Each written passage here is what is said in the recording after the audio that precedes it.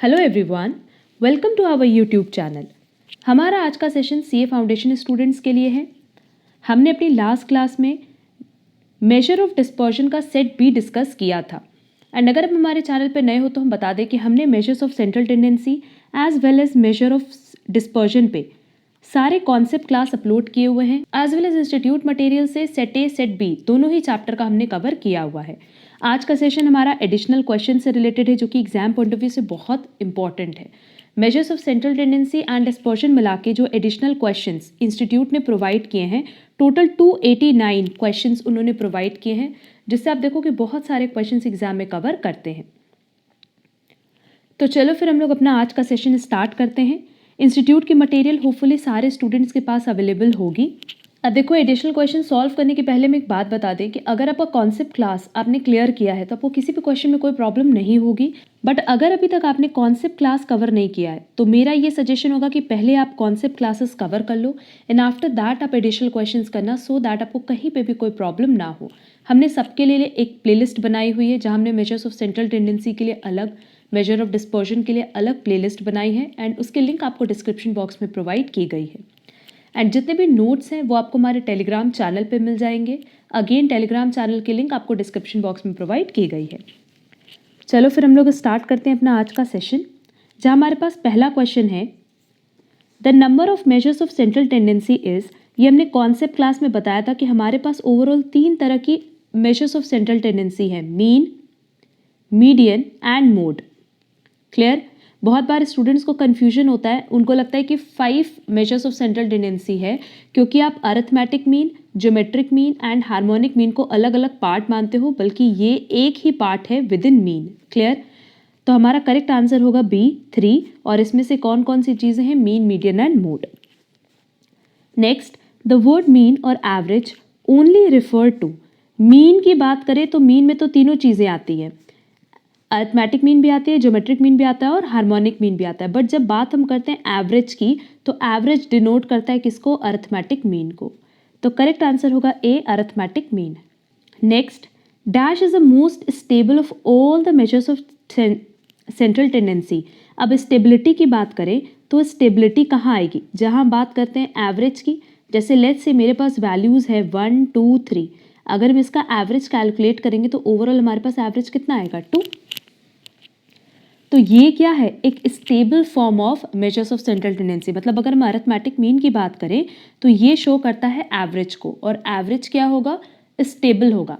मतलब स्टेबिलिटी मतलब क्या हुआ कि हर बार आप देखोगे कि ऑलमोस्ट सेम वैल्यूज आपकी अकर कर रही है। Clear? Next, mean is of dash type. अभी हमने बताया 3 तरह का मीन होता है, arithmetic mean, geometric mean and harmonic mean. तो हमारा करेक्ट आंसर होगा A 3। Next, weighted arithmetic mean is related to.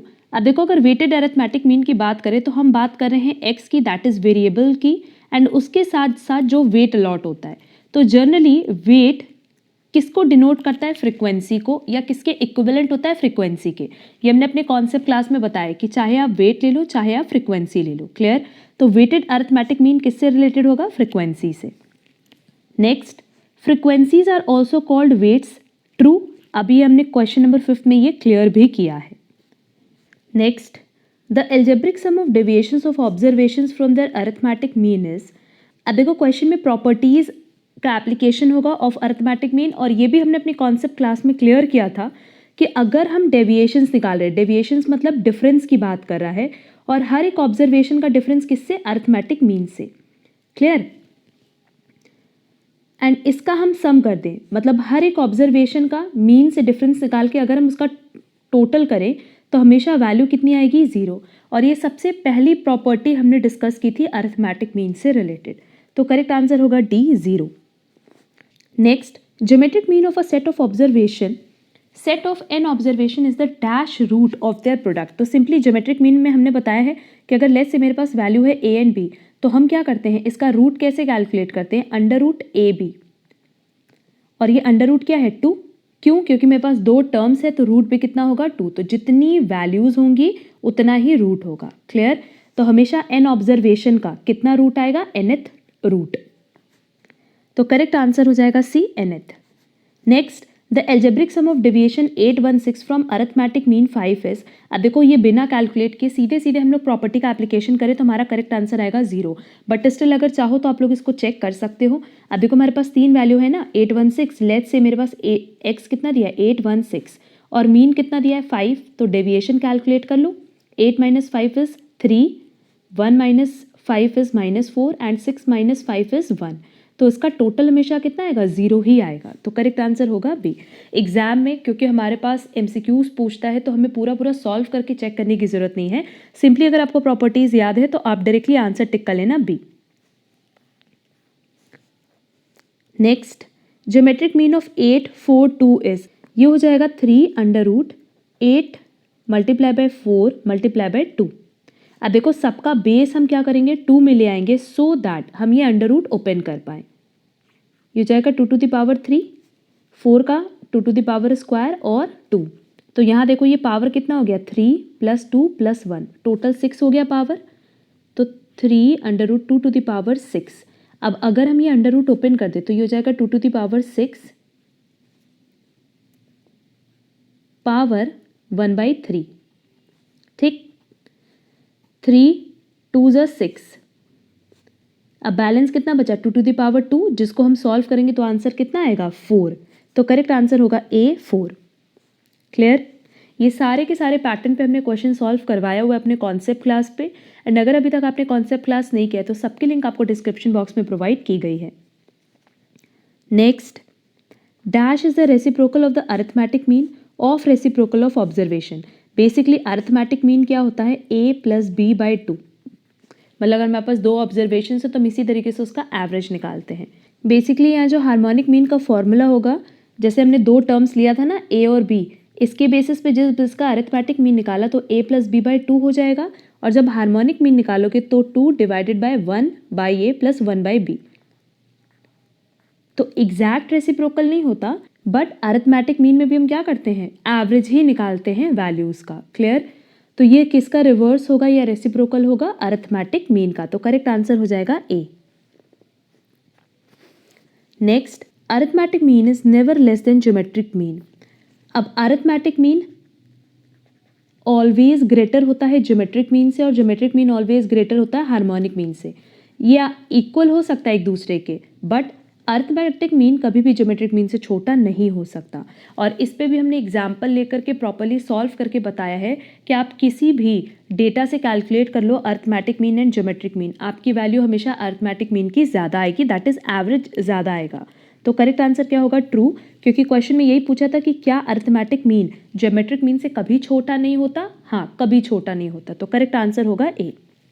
Next, geometric mean is less than harmonic mean. अभी हमने ऊपर बताया था कि अरिथमेटिक मीन हमेशा ग्रेटर देन इक्वल टू होगा ज्योमेट्रिक मीन के, एंड ज्योमेट्रिक मीन हमेशा ग्रेटर देन इक्वल टू होगा हार्मोनिक मीन से। तो क्या ज्योमेट्रिक मीन हार्मोनिक मीन से कभी छोटा हो सकता है? नो, तो करेक्ट आंसर होगा B false. Next, the value of the middle most item when they are arranged in order of magnitude is called standard deviation, mean, mode, median. अब देखो जब भी हम बात करते हैं डेटा को अरेंज करने की आइदर इन असेंडिंग ऑर्डर और डिसेंडिंग ऑर्डर, ठीक है, तो स्टैंडर्ड डेविएशन में, मीन में, मोड में, इसमें ज़रूरी नहीं है कि आप डेटा को अरेंज करो इन असेंडिंग और डिसेंडिंग ऑर्डर, बट मीडियन में अरेंज करना कंपलसरी होता है। क्यों? क्योंकि मीडियन में हम किसकी बात करते हैं मिडिल मोस्ट वैल्यू की, दैट इज एग्जैक्ट 50% वैल्यू की। सो उस केस में आप जब तक डेटा को अरेंज नहीं करोगे इन असेंडिंग और डिसेंडिंग ऑर्डर, आप कभी भी मीडियन का कैलकुलेशन नहीं कर सकते। क्लियर, तो करेक्ट आंसर हो जाएगा D median. Next, median is unaffected bye extreme values. Now what is extreme values? Extreme values का कॉन्सेप्ट हमने बताया था कि एक्सट्रीम वैल्यूज मतलब जब हमारे पास लेट्स से जो हमारे पास डेटा दिया है वो दिया है 1 2 3, और इसमें एक्सट्रीम वैल्यूज क्या हो जाएगी आइदर वेरी स्मॉल और वेरी लार्ज। लेट्स से हमने अज्यूम किया 75, तो ये क्या है कंपैरेटिवली 1 2 3 के ये बहुत बड़ी वैल्यू है। क्लियर, तो इन वैल्यूज़ को हम क्या कहते हैं एक्सट्रीम वैल्यूज़। अब मान लेते हैं कि मेरे पास वैल्यू दिया है 1 2 3, अगर हम इसका मीडियन कैलकुलेट करेंगे तो मीडियन कितना आएगा 2 आएगा।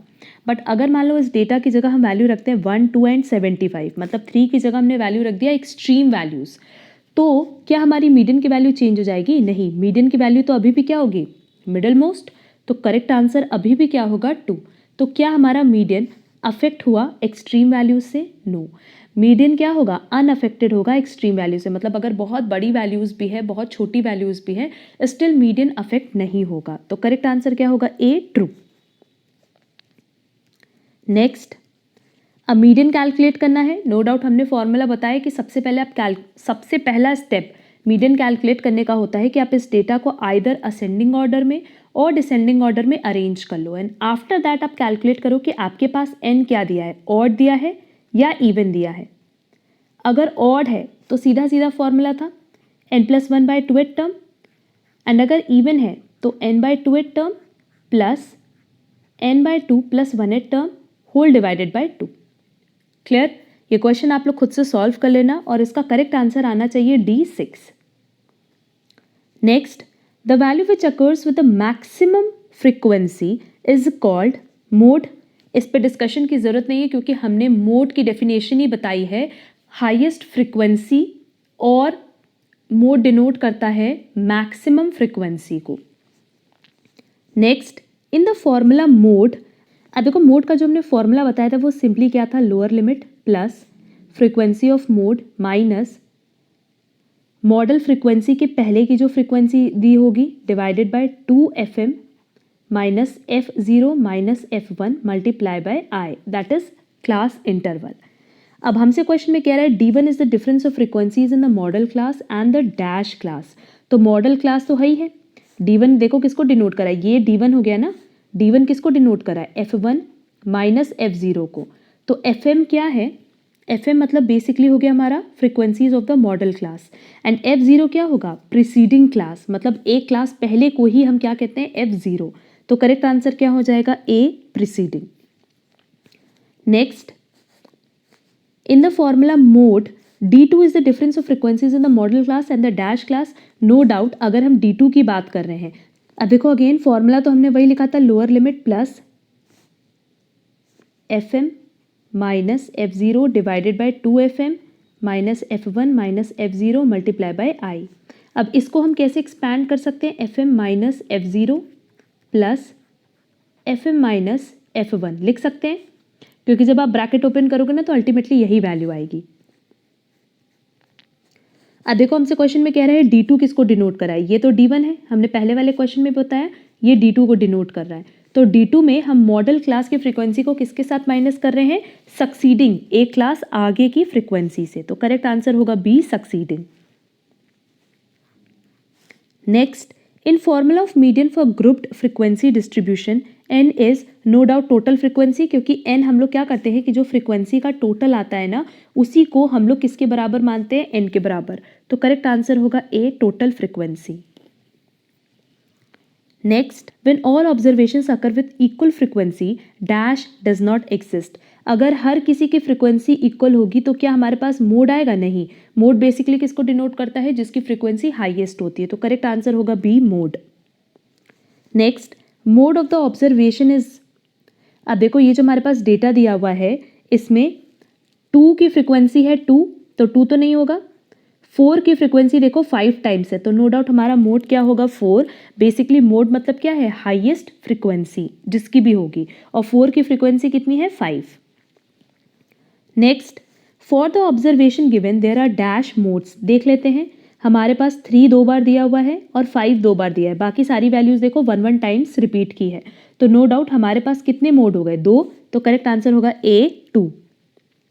Next, dash of a set of observation is defined to be their sum divided by the number of observation. Simple है, कह रहा है कि लेट्स से मेरे पास ए, बी, सी 3 वैल्यू है, तो हम तीनों का सम करेंगे और इसका एवरेज कैलकुलेट करेंगे। ऐसा कहाँ करते हैं, अरिथमेटिक मीन में। तो करेक्ट आंसर हो जाएगा C. Next, simple average is sometimes called. अगर हम सिंपल की बात करें तो नो डाउट यहाँ वेट या फ्रीक्वेंसी अलॉट नहीं किया जाता, तो सिंपल को हम अनवेटेड एवरेज भी बोल सकते हैं। तो करेक्ट आंसर होगा B. Next, when a frequency distribution is given the frequencies themselves treated as weights. Again अगर हम लोग फ्रीक्वेंसी डिस्ट्रीब्यूशन टेबल की बात करें तो हम कह रहे हैं कि हमारे पास वेरिएबल भी दिया है एंड उसकी frequency, that is number of times each variable occurs, ये भी मेरे पास गिवन है। तो क्या हम फ्रीक्वेंसी को वेट के इक्वल मान सकते हैं, बिल्कुल मान सकते हैं। तो करेक्ट आंसर होगा A, true. Next, each value is considered only once for. अगर हम एक बार कोई भी वैल्यू कंसिडर करें इसका मतलब मेरे पास सिर्फ वेरिएबल गिवन होगा, ना कि उसकी फ्रीक्वेंसी और वेट। क्लियर? तो जब हम x की बात कर रहे हैं, मतलब हमारे पास क्वेश्चन में सिर्फ x दिया है, इसका मतलब हम किसकी बात कर रहे हैं? सिंपल एवरेज की। क्योंकि लेट्स से मेरे पास वैल्यू दी है a b c, तो नो डाउट तीनों कितनी बार अकर हो रहा होगा? Only 1 times. Next, each value is considered as many times as it occurs for. इसका करेक्ट आंसर होगा वेटेड एवरेज, क्योंकि कह रहा है कि हर वैल्यू जितनी बार अकर कर रही है वो उसके साथ गिवन है। लेट्स से मेरे पास x के साथ वेट या फ्रीक्वेंसी भी गिवन है, तो इसको हम क्या कहेंगे? Weighted average. तो करेक्ट आंसर होगा B. Next, multiplying the values of the variable by corresponding weights and then dividing the sum of products by the sum of weights is. Simply देखो क्वेश्चन में क्या कह रहा है कि जब हम वेरिएबल को, लेट्स से वेरिएबल x है, उसको उसकी गिवन वेट से मल्टीप्लाई करें तो मेरे पास क्या आएगा? wx। अब इस wx का सम कैलकुलेट करेंगे, क्योंकि लिखा है कि हमें प्रोडक्ट का क्या निकालना है? सम। और इसको हम किससे डिवाइड कर रहे हैं? सम ऑफ वेट से। तो इसको हम, इस फॉर्मूले को हम और किस नाम से जानते हैं? वेटेड एवरेज, क्योंकि सिंपली यहाँ हम क्या कर रहे हैं? वेटेड एवरेज कैलकुलेट करें, ना कि simple average. Next, simple and weighted average are equal only when all the weights are equal. True, क्योंकि अगर सिंपल की बात करें, लेट्स से मेरे पास 3 ऑब्जर्वेशन है ABC, तीनों का वेट 1 1 1 है। और वेटेड एवरेज के केस में भी लेट्स से मेरे पास वैल्यू है ABC एंड उनका वेट्स इक्वल है, लेट्स से 1 1 1 और 2 2 2 एनीथिंग, तो वेट तो आपका इक्वल है ना। उस केस में आप इससे कैलकुलेशन करो, सिंपल एवरेज कैलकुलेट करो या वेटेड एवरेज कैलकुलेट करो, दोनों ही केसेस में आपका आंसर सेम आएगा। तो करेक्ट आंसर क्या होगा? A, true. Next, the word average used in simple average and weighted average generally refers to. ये एवरेज वर्ड किसको डिनोट करता है? मीन को। अब ये मीन कौन सा हो सकता है? Either arithmetic mean, geometric mean और हार्मोनिक मीन। तो करेक्ट आंसर होगा C. Next, dash average is obtained on dividing the total of set of observations by their number. Simply question में क्या कह रहा है? Summation X divided by N. ये formula कहाँ यूज करते हैं? सिंपल एवरेज में। Next, frequencies are generally used as weight. ये हमने स्टार्टिंग में भी बताया था कि फ्रीक्वेंसीज और वेट्स दोनों ही ऑलमोस्ट सेम होता है। Next, the total of a set of observation is equal to the product of the number of observation and the. मतलब देखो यहाँ पे सिंपली क्या कह रहा है? Total of set of observation मतलब समेशन ऑफ एक्स, ये किसके इक्वल होगा? Product of the number of observation मतलब N multiply by no doubt mean, क्योंकि फॉर्मूला किसका है? Mean is equal to summation X divided by N. जब आप क्रॉस मल्टीप्लाई कर दोगे तो आपके पास समेशन एक्स की वैल्यू आ जाएगी। तो करेक्ट आंसर होगा A, arithmetic mean. Next, the total of the deviation of a set of observation from their arithmetic mean is always zero. Deviation में भी पॉजिटिव और नेगेटिव और जीरो। अगर हम डेविएशन की बात करें डिफरेंस की, तो नो डाउट जब हम किसी भी ऑब्जर्वेशन का डिफरेंस लेट्स से उसके मीन से निकालते हैं तो ये वैल्यू पॉजिटिव भी आ सकती है, नेगेटिव भी आ सकती है और जीरो भी आ सकती है। तो करेक्ट आंसर क्या होगा? A, true. Next, the sum of square of deviation of a set of observation has the smallest value when the deviations are taken from their. अब क्वेश्चन में देखो क्या बोल रहा है? Sum of square of deviation of a set of observation has the smallest value. मतलब let's say अगर हम मीन से कैलकुलेट कर रहे हैं, मतलब यहाँ डेविएशन के स्क्वायर की बात कर रहा है और फिर उसका सम कैलकुलेट करेंगे। हमने ये मीन के केस में बताया भी था कि अगर हम हर एक ऑब्जर्वेशन का डिफरेंस उसके मीन से निकाल के सम कर दें तो वैल्यू हमेशा जीरो आएगी, और अगर हर एक ऑब्जर्वेशन का डिफरेंस मीन से निकाल के उसका स्क्वायर कर दें, आफ्टर दैट सम करें, तो ये वैल्यू हमेशा लोएस्ट और स्मॉलेस्ट आएगी। तो करेक्ट आंसर होगा A, arithmetic mean. Next, for a given set of positive observations HM is less than geometric mean. True, क्योंकि ज्योमेट्रिक मीन हमेशा किससे बड़ा होगा? हार्मोनिक मीन से। तो करेक्ट आंसर होगा A, true. For a given set of positive observation arithmetic mean is greater than geometric mean. Again true, क्योंकि arithmetic mean की अगर बात करें तो ये ज्योमेट्रिक मीन से हमेशा ग्रेटर या इक्वल होगा। Next, calculation of geometric mean is more difficult than. अब क्योंकि देखो अगर हम लोग ज्योमेट्रिक मीन की बात करें तो इसको हम अंडर रूट करके कैलकुलेट करते हैं, और अरिथमेटिक मीन की बात करें तो सिंपली क्या करते हैं? एवरेज कैलकुलेट कर देते हैं। तो ज्योमेट्रिक मीन का कैलकुलेशन हमेशा टफ होगा कंपैरेटिवली अरिथमेटिक मीन से। तो करेक्ट आंसर होगा A. Next, dash is a limited use arithmetic mean का तो हम लोग यूज़ करते हैं, ज्योमेट्रिक मीन का भी यूज़ करते हैं, बट हार्मोनिक मीन का बहुत कम यूज़ करते हैं, तो करेक्ट आंसर होगा C. Next, arithmetic mean of 816 simple है, तीनों का सीधे सीधे एडिशन करके डिवाइडेड बाय 3 कर देंगे, तो वैल्यू कितनी आएगी 15/3, और हम कह सकते हैं 5, तो करेक्ट आंसर होगा ए 5। Next, dash can be calculated from a frequency distribution with open and intervals. अब देखो, ओपन एंड इंटरवल्स की बात करें तो हम बात करें एक्सक्लूसिव सीरीज़ की, जैसे 0 to 10, 10 to 20, 20 to 30, ये बेसिकली क्या है, ओपन एंड। ओपन एंड मतलब जहाँ पे अपर लिमिट ओपन है एंड उसकी वैल्यू उस पर्टिकुलर क्लास में नहीं इंक्लूड होकर के नेक्स्ट क्लास में इंक्लूड होती है। क्लियर? ओपन एंड मतलब सिंपली क्या हो गया, एक्सक्लूसिव सीरीज। और यही अगर क्लोज एंड होता तो क्लोज एंड मतलब 0 to 9, 10 to 19, तब हम बात करते हैं इंक्लूसिव सीरीज की। तो क्वेश्चन में हमसे कह रहा है कि dash can be calculated from a frequency distribution with open and intervals. अब ओपन एंड इंटरवल्स के लिए, अब ओपन एंड इंटरवल्स की बात करें तो इसकी हेल्प से हम कैलकुलेट कर सकते हैं मीडियन, क्योंकि मीन एंड मोड दोनों ही केसेस में कैलकुलेट किए जा सकते हैं, फिर भले हमारे पास फ्रीक्वेंसी डिस्ट्रीब्यूशन ओपन एंड हो या क्लोज एंड। बट अगर मीडियन की बात करें और क्वेश्चन में अगर हमारे पास इंक्लूसिव सीरीज दिया होता तो पहले हम क्या करते, उसको एक्सक्लूसिव सीरीज में कन्वर्ट करते एंड आफ्टर दैट हम मीडियन का कैलकुलेशन करते। तो करेक्ट आंसर होगा A median. Next, the values of all items are taken into consideration in the calculation of. सारे आइटम्स को हम कब कंसिडर करते हैं, जब हम मीन की बात करें। क्यों? क्योंकि मीन बेसिकली क्या है, एवरेज है सारे के सारे ऑब्जर्वेशंस का। तो जब आप एवरेज कैलकुलेट करोगे तो नो डाउट आपको सबको टोटल करना पड़ेगा। क्लियर? तो आप सारे आइटम्स को कंसिडर करोगे, तो करेक्ट आंसर होगा B mean. Next, the values of extreme items do not influence the average in case of median. यह भी हमने बताया था कि अगर बहुत बड़ी वैल्यूज़ है या बहुत छोटी वैल्यूज़ है, लेट्स से मेरे पास जो डेटा है वो है 1 2 3, इसमें हम ऐड कर दें 72, तो क्या उससे कोई भी फर्क पड़ेगा मीडियन को? नहीं। बट अगर आप मीन की बात करो, मीन लेट्स से हम निकाल रहे हैं 1 2 3 का, तो मीन कितना आएगा 2। बट लेट्स से मेरे पास 3 की जगह वैल्यू 72 हो जाए, तो क्या मीन बहुत ज़्यादा अफेक्ट होगा? हाँ, हो जाएगा। क्लियर? वैसे ही मोड के केस में बात करो तो मोड भी एक्सट्रीम वैल्यू से अफेक्ट होता है, क्योंकि हो सकता है उसकी फ्रीक्वेंसी ज़्यादा हो। तो करेक्ट आंसर होगा A median. Next, in a distribution with a single peak and moderate skewness to the right, it is closer to the concentration of the distribution in case of. Skewness पे हमने detail class upload की है so that आपको ये topic clear हो जाए, क्योंकि अगर आपको स्क्यूनेस समझ में आ जाएगा, पीक समझ में आ जाएगा, तो बहुत ईजिली आप समझ पाओगे कि rightward and leftward क्या रिलेशन होता है मीन मीडियन मोड का। क्लियर? अब क्योंकि क्वेश्चन में हमसे पूछा about single peak and moderate skewness to the right, तो राइट के केस में ये क्लोजर होता है मीडियन के, तो करेक्ट आंसर होगा B. Next, if the variables x and z are so related that z is equal to ax plus B. Basically अगर ये देखो तो ये किसका इक्वेशन दिया है, लाइन इक्वेशन दिया है। For each x is equal to x1, मतलब ये क्या है, ये सारे ऑब्जर्वेशंस को इंक्लूड कर रहा है। Where a and b are constant, ये हमेशा कांस्टेंट ही होता है। देन क्या हम इसका मीन अगर ले लें, तो क्या अगर हमें y का मीन कैलकुलेट करना हो तो क्या हम x को भी मीन अज्यूम कर सकते हैं? हाँ, कर सकते हैं, क्योंकि मीन की एक प्रॉपर्टी थी कि मीन ओरिजिन से भी अफेक्ट होता है, स्केल से भी अफेक्ट होता है। उस केस में हमें a और b दोनों को कंसिडर करना होता है, तो अगर हमें एक का मीन निकालना हो तो हम दूसरे का भी मीन अज्यूम कर सकते हैं।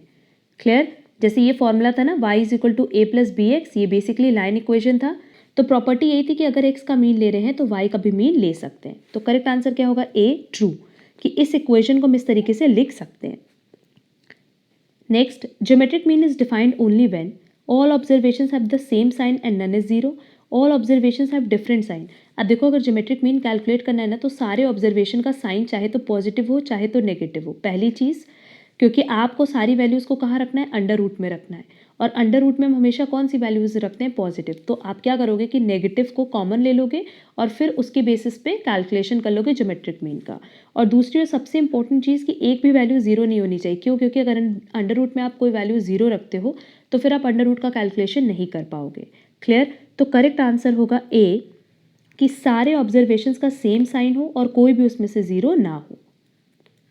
Next, dash is useful in averaging ratios, rates and percentages. देखो, रेशियोज की बात कर रहा है, रेट्स की एंड परसेंटेजेस की, तो ये नोट्स में भी हमने मेंशन किया है कि हम किसकी हेल्प लेते हैं, ज्योमेट्रिक मीन की। Next, geometric mean is useful in construction of index number. Yes, ये भी हमने अपने नोट्स में मेंशन किया है।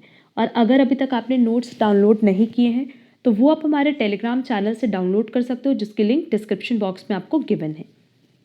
Next, more laborious numerical calculations involves in geometric mean than arithmetic mean। अब देखो, अगर हम लोग ज्योमेट्रिक मीन की बात करें तो नो डाउट हमें हमेशा अंडर रूट का कैलकुलेशन करना होगा, and most of the time हमारी वैल्यूज जो है डेसिमल में आती है। बट अरिथमेटिक मीन में सिंपली हम लोग क्या करते हैं, एवरेज कैलकुलेट कर लेते हैं, तो वो कंपैरेटिवली ईजी होता है ज्योमेट्रिक मीन से। क्लियर? एंड हमसे स्टेटमेंट भी यही बोल रहा है कि हम ज्योमेट्रिक मीन की बात करें तो उसमें न्यूमेरिकल कैलकुलेशन ज़्यादा लेबोरियस होता है। तो करेक्ट आंसर क्या होगा, A, true. Next, harmonic mean is defined when no observation is zero. Simply अगर हम हार्मोनिक मीन कैलकुलेट कर रहे हैं और हमारे पास कोई वैल्यू जीरो हो तो मीन का कैलकुलेशन पॉसिबल नहीं होगा। तो करेक्ट आंसर होगा D, zero. When all values occur with equal frequency. अब देखो, अगर सबकी फ्रिक्वेंसी लेट से 4 है तो उस केस में मेरे पास क्या नहीं होगा, मोड नहीं होगा, क्योंकि मोड का कैलकुलेशन कैसे करते हैं, हाईएस्ट फ्रिक्वेंसी की हेल्प से। तो करेक्ट आंसर होगा A, mode. Next, dash can not be treated algebraically. Mode, mean, median और नन। अब देखो, एल्जेब्रिकली की बात कर रहे हैं तो जहाँ पे हम लोग बेसिकली एल्जेब्रा की बात कर रहे हैं, दैट इज कैलकुलेशन की। एंड हम सबको पता है कि अगर हम मोड की बात करें तो मोड का calculation without any numerical calculation हम लोग कर सकते हैं। क्यों? क्योंकि मोड मतलब सिंपली जिसकी फ्रिक्वेंसी सबसे ज़्यादा है उसी को हम मोड मान लेते हैं। तो करेक्ट आंसर होगा ए, मोड, कि मोड में बिना कुछ कैलकुलेट किए सिंपली हम with the help of given data mode का कैलकुलेशन कर सकते हैं, मोड फाइंड आउट कर सकते हैं। Next, for the calculation of dash the data must be arranged in the form of a frequency distribution. देखो, ये हमने पहले भी बताया कि अगर हम बात करें मीडियन की तो मीडियन के लिए जो हमारे पास फ्रिक्वेंसी डिस्ट्रीब्यूशन दिया होगा आपको उसको हमेशा असेंडिंग ऑर्डर में और डिसेंडिंग ऑर्डर में अरेंज करना होता है, आइदर इन असेंडिंग और descending order. Clear? Mode and mean को आप बिना अरेंज किए भी कैलकुलेट कर सकते हो डायरेक्टली, बट अगर मीडियन की बात करें तो क्योंकि ये मिडल मोस्ट वैल्यू है और अगर आपको मिडल मोस्ट वैल्यू किसी भी डेटा से कैलकुलेट करना है तो सिंपली पहले आपको उसको अरेंज करना होगा आइदर इन असेंडिंग और डिसेंडिंग ऑर्डर। तो करेक्ट आंसर होगा A. Next, dash is equal to the value of corresponding to cumulative frequency. मतलब अगर हम फ्रिक्वेंसी का टोटल कर दे तो मेरे पास क्यूमुलेटिव फ्रिक्वेंसी आ जाएगा और क्यूमुलेटिव फ्रिक्वेंसी किसके बराबर होगा, एन के, जो कि हम यूज करते हैं in the calculation of median. तो करेक्ट आंसर होगा C. Next, dash is a value of variable corresponding to the highest frequency. No doubt correct answer होगा A, mode. The class in which mode belongs is known as. जिस class से mode belong करता है उसको हम लोग model class कहते हैं। उसके पहले की जो क्लास होती है उसको प्रीसीडिंग एंड बाद की जो क्लास होती है उसको फॉलोइंग क्लास कहते हैं। Next, the formula of mode is applicable if classes are of dash with. With मतलब गैप की बात कर रहा है, डिफरेंस की बात कर रहा है, तो ये गैप इक्वल भी हो सकता है और अनइक्वल भी हो सकता है। कैसे? जैसे let's say 0 to 10, 10 to 20, 20 to 30, ये तो इक्वल विथ हो गई। बट अगर मान लो मेरे पास क्वेश्चन में 0 to 10, 10 to 40, 40 to 60 दिया है तो भी ना बहुत ही ईजिली कैलकुलेट कर सकते हैं मोड। क्यों? क्योंकि जब हमें क्लास इंटरवल लेना होता है तो सिंपली जो गैप है मॉडल क्लास में उसी को हम कंसिडर करते हैं। क्लियर? तो ऑप्शन में दिया है equal, unequal, both, none. Correct answer होगा C, both. Next, for calculation of dash we have to construct cumulative frequency distribution. Cumulative frequency distribution मतलब सीएफ की बात कर रहा है और सीएफ का कैलकुलेशन हम कब करते हैं, जब हम मीडियन का कैलकुलेशन करते हैं। क्योंकि मीडियन के कैलकुलेशन के टाइम हमारे पास जो फ्रीक्वेंसी होती है हमें उसका टोटल कैलकुलेट करके एन कैलकुलेट करना होता है, या हम कह सकते हैं कि सी एफ कैलकुलेट करके सिंपली हम फॉर्मूले पे अप्लाई करते हैं। बट मीन के केस में एंड मोड के केस में क्यूमुलेटिव फ्रीक्वेंसी कैलकुलेट करने की ज़रूरत नहीं पड़ती है। तो करेक्ट आंसर होगा बी, मीडियन। ये सारे पॉइंट्स हमने अपने डिस्कशन सेशन में ऑलरेडी डिस्कस किए हुए हैं, तो अगर कोई भी क्लास आपकी मिस हुई हो तो सबके लिंक आपको डिस्क्रिप्शन बॉक्स में गिवन है, आप वहाँ से वो क्लासेस कवर कर सकते हो। एंड अगेन तो नोट्स हमारे टेलीग्राम चैनल पे अवेलेबल है एंड टेलीग्राम चैनल की लिंक आपको डिस्क्रिप्शन बॉक्स में प्रोवाइड की गई है। Next, for calculation of dash we have to construct a grouped frequency distribution. Option देखते हैं मीडियन, मोड, मीन और नन। अब देखो क्वेश्चन नंबर 60 में क्यूमुलेटिव फ्रीक्वेंसी पूछा था, और क्यूमुलेटिव फ्रीक्वेंसी मतलब जब हम टोटल करते हैं फ्रीक्वेंसीज का। बट अगर ग्रुप्ड की बात करें तो ग्रुप्ड फ्रीक्वेंसी हम कहाँ कंसिडर करते हैं, जब हम मोड का कैलकुलेशन करते हैं उस पॉइंट ऑफ टाइम पे हमें क्या चाहिए होता है, ग्रुप्ड फ्रीक्वेंसी। तो करेक्ट आंसर होगा B, mode. Next question number 62 आप लोग बहुत ही ईजिली सॉल्व कर सकते हो, क्योंकि इस पूरे टॉपिक पे हमने एक इंडिविजुअल क्लास अपलोड की है जहां हमने हर तरीके से इसके रिलेशनशिप पे डिस्कशन किया था कि मीन मीडियन मोड का क्या रिलेशनशिप होगा। इसका करेक्ट आंसर होगा डी, ये आप लोग खुद से सॉल्व कर लेना। Next, when the distribution is symmetrical mean median and mode coincide. अब सिमेट्रिकल असिमेट्रिकल पे भी हमने एक इंडिविजुअल क्लास अपलोड की हुई है जिसकी लिंक आपको डिस्क्रिप्शन बॉक्स में मिल जाएगी, और वहाँ हमने बताया कि मीन मीडियन मोड का क्या रिलेशनशिप होगा। Next, mean median mode are equal for the binomial distribution, normal distribution, both और नन। करेक्ट आंसर होगा बी, नॉर्मल डिस्ट्रीब्यूशन। एंड क्योंकि अभी तक हमने थ्योरेटिकल डिस्ट्रीब्यूशन डिस्कस नहीं किया है, तो जैसे हमारा थ्योरेटिकल डिस्ट्रीब्यूशन चैप्टर डिस्कस हो जाएगा ये टॉपिक आप लोगों को क्लियर हो जाएगा। Next, in most frequency distribution, it has been observed that the three measures of central tendency, with mean, median and mode, obey the approximate relation provided the distribution is। अब देखो यहाँ पे exact relation नहीं बोला है, यहाँ पे approximate relation बोला है। तो जब तीनों में अप्रॉक्सीमेट रिलेशन होता है तो ये बहुत ज़्यादा स्क्यू नहीं होता, दैट इज़ यहाँ स्क्यूनेस बहुत ज़्यादा नहीं होती। यहाँ पे भी स्क्यूनेस का टॉपिक कवर करा है और स्क्यूनेस हमने बहुत डिटेल में डिस्कस किया है। तो जैसे आप स्क्यूनेस की क्लास कवर कर लोगे ना, आपको ये टॉपिक क्लियर हो जाएगा। करेक्ट आंसर होगा B. Next, dash divides the total number of observations into two equal parts. Two equal parts की बात करें तो नो डाउट हम किसकी बात करें, मीडियन की। तो करेक्ट आंसर होगा C, median. Next, measures which are used to divide or partition the observations into a fixed number of parts are collectively known as। इस पे भी हमने ऑलरेडी डिस्कशन किया हुआ है कि अगर हम किसी भी पर्टिकुलर गिवन डेटा को डिवाइड करने की बात कर रहे हैं, और डिवीजन कैसे हो रहा है, इन 4 इक्वल पार्ट्स और 10 इक्वल पार्ट्स और 100 इक्वल पार्ट्स, तो हम बात कर रहे हैं पार्टीशन वैल्यूज की। Clear. Next, the middle most value of a set of observation is, again middle most की बात किया तो करेक्ट आंसर क्या होगा, A, median. Next, the number of observation smaller than dash is the same as a number larger than it. अब simply अगर हम लोग मीडियन की बात करें तो हम लोग क्या करते हैं कि ऑब्जर्वेशन को 50-50% में डिस्ट्रीब्यूट करते हैं। क्लियर। तो जितना ये ऑब्जर्वेशन होगा that is left hand side, उतना ही किसके बराबर होगा, लेफ्ट हैंड साइड के। क्लियर। तो करेक्ट आंसर होगा A, median. Next, dash is a value of variable corresponding to cumulative frequency n/2, mode, mean, median, none. अब देखो मीडियन की अगर हम लोग बात करें तो इंडिविजुअल सीरीज में तो फॉर्मूला अलग था, बट डिस्क्रीट सीरीज की एंड कॉन्टिन्यूस सीरीज की बात करें तो वहाँ सिंपली हम लोग क्या कैलकुलेट करते थे, n/2, और इसी की हेल्प से हम फर्दर मीडियन का कैलकुलेशन कर पाते थे। तो करेक्ट आंसर होगा C, median.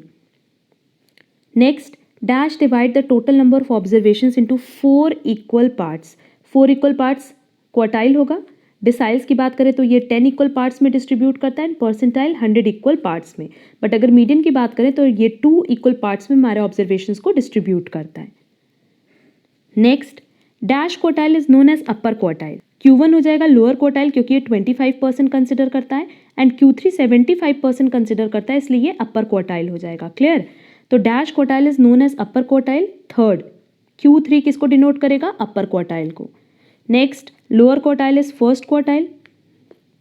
Next, the number of observations smaller than lower quartile is the same as a number lying between lower and middle quartile. अब देखो क्वेश्चन में हमसे कह रहा है कि number of observations smaller than lower quartile. अगर हम बात करें क्वार्टाइल की तो नो डाउट हमारे पास 4 क्वार्टाइल होते हैं।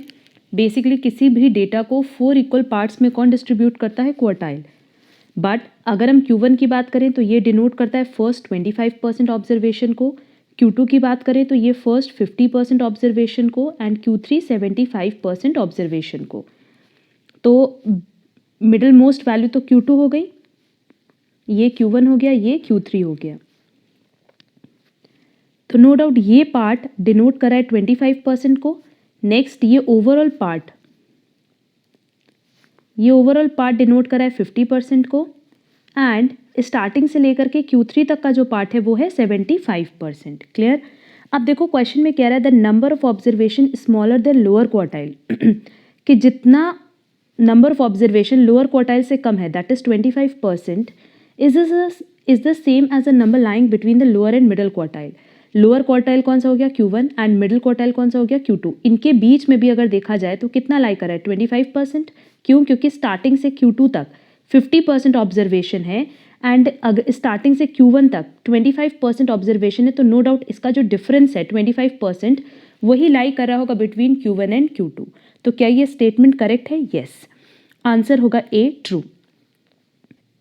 Next, dash are used for measuring central tendency, dispersion and skewness. अब देखो सेंट्रल टेंडेंसी में हमने देखा है कि मीडियन का रोल था।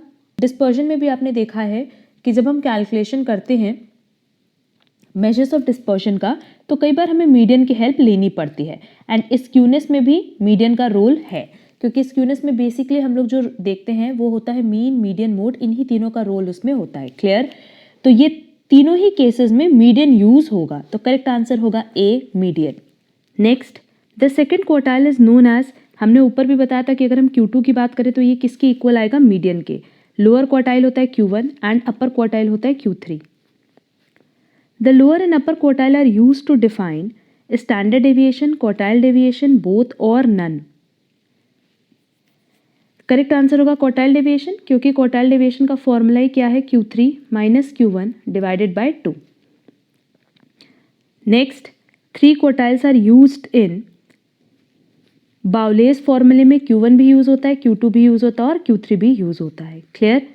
और ये सारे के सारे फॉर्मूलाज पे हमने ऑलरेडी अपनी क्लास में डिस्कशन किया हुआ है, जिसकी लिंक आपको डिस्क्रिप्शन बॉक्स में दी गई है। Next, less than first quartile the frequency is equal to. अब देखो चाहे क्वार्टाइल 1 हो, चाहे क्वार्टाइल 2 हो, चाहे क्वार्टाइल 3 हो, हमेशा याद रखना कि जो फ्रीक्वेंसी है वो कितनी होगी? n/4 n/4 n/4। Clear. And cumulative frequency कितनी होती है? n/4, 2n/4 and 3n/4। ठीक। क्यूमुलेट कर के अगर हम क्यूमुलेट करें, एड ऑन करें, तब तो हमारा n/4, 2n/4 एंड 3n/4 होगा। बट अगर पर्टिकुलरली हम एक पर्टिकुलर क्वार्टाइल की फ्रीक्वेंसी की बात करें तो हर बार वो कितनी होगी? n/4। क्लियर। तो देखो क्वेश्चन पूछा था less than first quartile the frequency is, first quartile से कम पे फ्रीक्वेंसी क्या होगी? n/4। Between first and second quartile the frequency is equal to. अब देखो फर्स्ट क्वार्टाइल पे क्यूमुलेटिव फ्रीक्वेंसी होती है n/4 और सेकेंड क्वार्टाइल पे क्यूमुलेटिव फ्रीक्वेंसी होती है 2n/4, तो इसके बीच का जो गैप है वही हमारा फ्रीक्वेंसी होगा, तो फ्रीक्वेंसी हो जाएगा C, n/4। Next, between second and upper quartile the frequency is equal to again n/4। Above upper quartile the frequency is equal to again n/4, क्योंकि यहाँ पे हमसे क्या पूछ रहा है? अबाउट फ्रीक्वेंसी, क्यूमुलेटिव फ्रीक्वेंसी के बारे में नहीं पूछा है। Next, corresponding to first quartile the cumulative frequency is, first quartile पे हमारी क्यूमुलेटिव फ्रीक्वेंसी कितनी होगी? n/4। Corresponding to second quartile the cumulative frequency is, second quartile पे एड ऑन करके आएगा 2n/4 और अपर क्वार्टाइल पे एड ऑन करके आएगा 3n/4। Clear. The values which divide the total number of observations into 10 equal parts. अब देखो अगर हम लोग 10 इक्वल पार्ट्स की बात करें तो हम कर रहे हैं बात किसकी? डिसाइल्स की, क्योंकि क्वार्टाइल्स में बेसिकली 4 इक्वल पार्ट्स होता है एंड परसेंटाइल्स में 100 equal parts. Next, there are dash deciles. अगर आप किसी भी ऑब्जर्वेशन को या किसी भी सीरीज को, जब हम किसी भी सीरीज को 10 इक्वल पार्ट्स में डिस्ट्रीब्यूट करते हैं तो उसको हम क्या कहते हैं? डिसाइल्स। बट अगर आपको किसी भी सीरीज को 10 इक्वल पार्ट्स में डिस्ट्रीब्यूट करना होगा तो हम हमेशा पॉइंट कितना यूज करेंगे? ओनली 9। क्लियर। क्योंकि अगर आप इसको 9 पार्ट्स में डिस्ट्रीब्यूट करोगे ना तो ऑटोमेटिकली ये कितने पार्ट्स हो जाएंगे? 1 2 3 4 5 6 7 8 9 10। ये खुद ब खुद कितने पार्ट्स हो जाएंगे? 10 पार्ट्स। तो टोटल डिसाइल कितना होता है? 9, क्योंकि हम लास्ट कितना क्या कैलकुलेट करते हैं? D9। क्लियर। तो लास्ट हम कैलकुलेट करते हैं D9, इसलिए करेक्ट आंसर होगा C, 9। D10 आप कभी भी किसी क्वेश्चन में या कभी भी किसी भी कॉन्सेप्ट में नहीं देखोगे कि D10 हम लोग कैलकुलेट करते हैं, क्योंकि D10 कैलकुलेट करने का मतलब होता है कि आपने सीरीज को 11 पार्ट में डिस्ट्रीब्यूट किया होगा। क्लियर। जैसे अगर हम लोग मीडियन की बात करें तो नो डाउट मीडियन क्या करता है, सीरीज को 2 इक्वल पार्ट्स में डिस्ट्रीब्यूट करता है, बट हमें पता है कि हमें सिर्फ क्या कैलकुलेट करना होता है, m। इसमें m1 और m2 हम लोग 2 कैलकुलेट नहीं करते हैं। Next, corresponding to first decile the cumulative frequencies. हमेशा याद रखना कि अगर पार्टीशन वैल्यूज है जैसे परसेंटाइल, डिसाइल एंड क्वार्टाइल, उस केस में अगर फ्रीक्वेंसी पूछेगा तो फ्रीक्वेंसी तो आप इंडिविजुअल रखना, मतलब क्वार्टाइल के केस में n/4, डिसाइल के केस में n/10 एंड परसेंटाइल के केस में n/100। बट जब क्यूमुलेटिव पूछेगा ना तो एड ऑन कर लेना, मतलब जो एग्जैक्ट हमने फॉर्मूला बताया इंडिविजुअल सीरीज में वो अप्लाई होगा। तो यहाँ क्वेश्चन में हमसे फर्स्ट डिसाइल के लिए पूछ रहा है क्यूमुलेटिव फ्रीक्वेंसी, तो फर्स्ट डिसाइल में क्या होगा, n/10। यही अगर मान लो थर्ड डिसाइल पूछा होता तो 3n/10 क्यूमुलेटिव फ्रीक्वेंसी आती। होपफुली पॉइंट क्लियर होगा।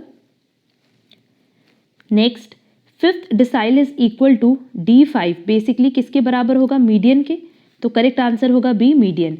वैसे अगर हम लोग बात करें क्वार्टाइल में तो Q2 मीडियन के बराबर होता है, एंड परसेंटाइल में बात करें तो P50 मीडियन के इक्वल होता है। Next, the values which divide the total number of observations into 100 equal parts. Correct answer होगा A, percentiles. Next, corresponding to second decile the cumulative frequency is no doubt 2n/10. Next, there are dash percentiles. Again अगर हम लोग percentile की बात करें तो हम P99 तक कैलकुलेट करके स्टॉप कर देते हैं। रीजन बीइंग परसेंटाइल किसी भी ऑब्जर्वेशन को या किसी भी सीरीज को 100 इक्वल पार्ट्स में डिस्ट्रीब्यूट करता है, तो लास्ट कैलकुलेशन आप किसका करोगे, P99 का। Next, 10 percentile is equal to P10, basically किसको डिनोट कर सकता है, देख लेते हैं। First decile, 10th decile, 9th decile और नन। बट ऑब्वियस D1 को, क्योंकि डिसाइल 10 इक्वल पार्ट्स में डिस्ट्रीब्यूट करता है और परसेंटाइल 100 इक्वल पार्ट्स में डिस्ट्रीब्यूट करता है, तो डिसाइल का एक हिस्सा परसेंटाइल के 10 हिस्से के बराबर होगा। क्लियर, तो P10 किसके बराबर हो जाएगा, D1 के। तो करेक्ट आंसर होगा A. Next, 50th percentile is known as median, ये भी हमने ऊपर डिस्कस किया था। Next, 20th percentile is equal to, again P20 की बात कर रहा है तो ये किसके बराबर हो जाएगा, D2 के। Next, third quartile minus first quartile, basically क्या कह रहा है, Q3 minus Q1 divided by 2, और ये किसका फॉर्मूला था, क्वार्टाइल डेविएशन का। तो करेक्ट आंसर होगा C, quartile deviation. Next, first percentile is less than second percentile, मतलब हमसे क्वेश्चन में कह रहा है फर्स्ट परसेंटाइल P1 ये किससे कम होगा, P2 से। अब देखो P1 बेसिकली किसको डिनोट करा होगा, 1% को, और P2 किसको डिनोट करा होगा, 2% को। तो नो डाउट P1 हमेशा किससे कम होगा, P2 से। करेक्ट आंसर होगा A, true. Next, 25th percentile is equal to P25, ये किसके बराबर हो सकता है, Q1 के बराबर हो सकता है। क्यों, क्योंकि क्वार्टाइल 4 पार्ट में डिस्ट्रीब्यूट करता है एंड परसेंटाइल 100 पार्ट में डिस्ट्रीब्यूट करता है। तो करेक्ट आंसर होगा A. Next, 90th percentile is equal to, 90th percentile अगर होगा तो ये किसके बराबर होगा, D9 के। करेक्ट आंसर होगा सी।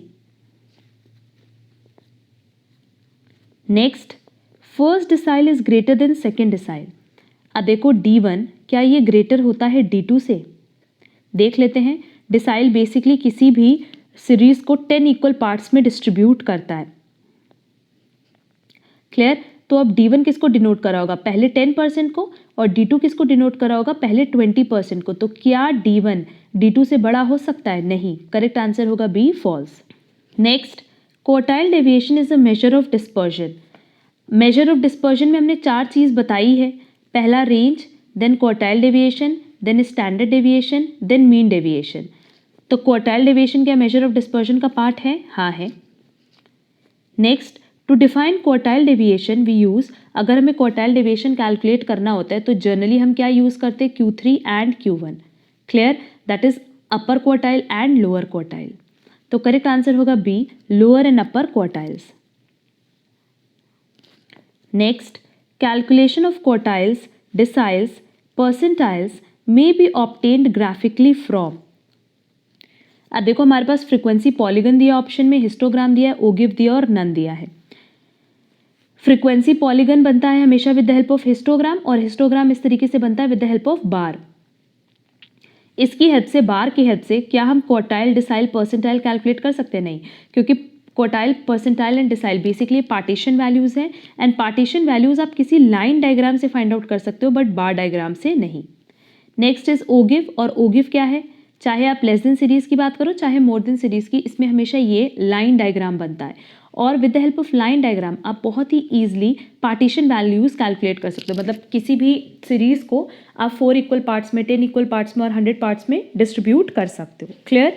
तो करेक्ट आंसर होगा सी, दैट इज ओगिव की हेल्प से हम क्वार्टाइल भी फाइंड आउट कर सकते हैं, डिसाइल भी एज वेल एज परसेंटाइल्स भी।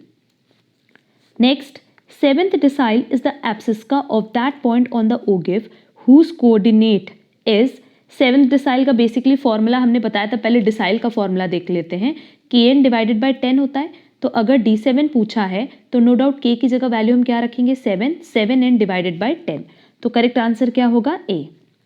Next, rank of median is, अब रैंक ऑफ मीडियन में बेसिकली मीडियन में हम ये देखते हैं कि हमारे पास ऑब्जर्वेशन ऑड दिया है या इवन। क्लियर? और दोनों का ही फॉर्मूला हमने अपने डिस्कशन सेशन में डिस्कस किया हुआ है। बेसिकली अगर ऑड की बात करें तो इसका फॉर्मूला क्या था? n+1/2 टर्म, जो कि हमारे पास गिवन ऑप्शन है। तो करेक्ट आंसर होगा ए।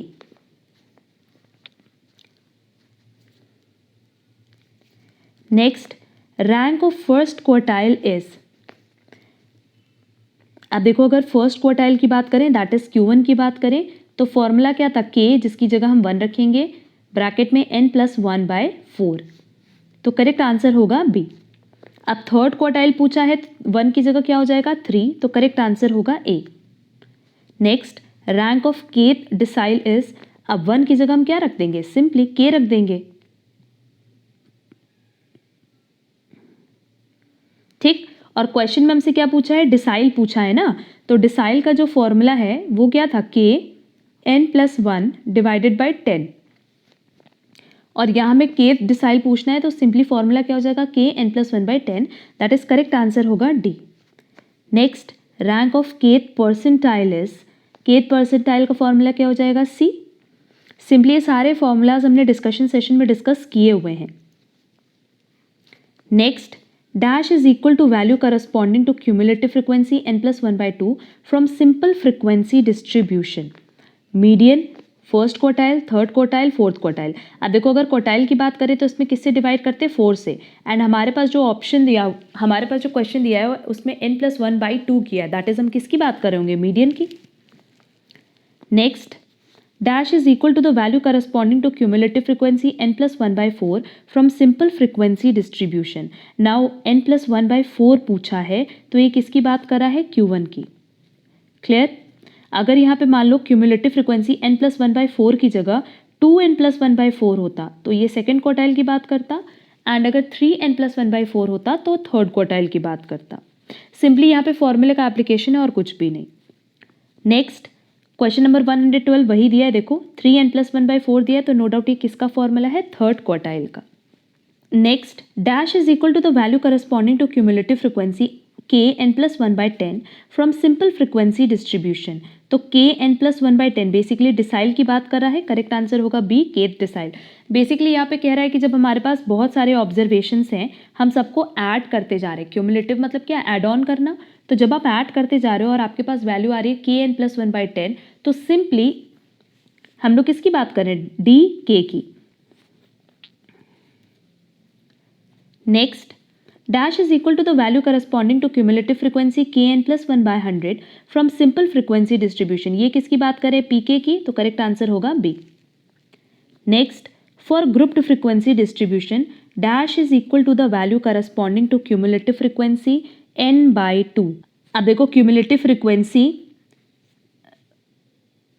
का यूज बेसिकली हम partition values as well as median को कैलकुलेट करने के लिए करते हैं।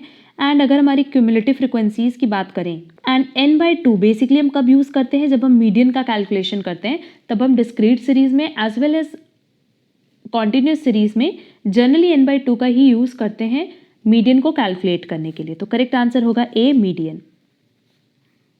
Next, for a grouped frequency distribution, अब ग्रुप फ्रीक्वेंसी डिस्ट्रीब्यूशन का मतलब ही किसकी बात कर रहा है, डिस्क्रीट सीरीज की और कॉन्टिन्यूस सीरीज की, is equal to the value corresponding to cumulative frequency n/4।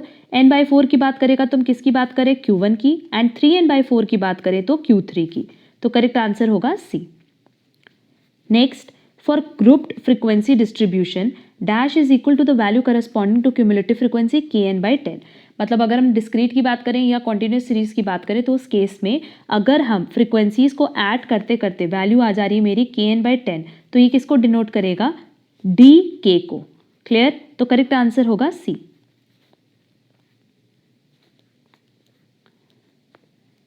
Next, for grouped frequency distribution dash is equal to the value corresponding to cumulative frequency kn/100।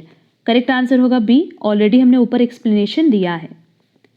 Next, in ogive abscissa का corresponding to ordinate n/2 is, इसको discuss करने की जरूरत नहीं है क्योंकि जहां n/2 बोला हम किसकी बात करें, मीडियन की, n/4 बोलेगा तो फर्स्ट क्वार्टाइल की, 3n/4 बोलेगा तो थर्ड क्वार्टाइल की। Next, in ogive abscissa का corresponding to ordinate dash is kth decile. Decile बोला है, अब डिसाइल के लिए क्या होगा, डिवाइडेड बाय 10, जो कि हमारे पास एक ही ऑप्शन में दिया है, तो करेक्ट आंसर होगा ए।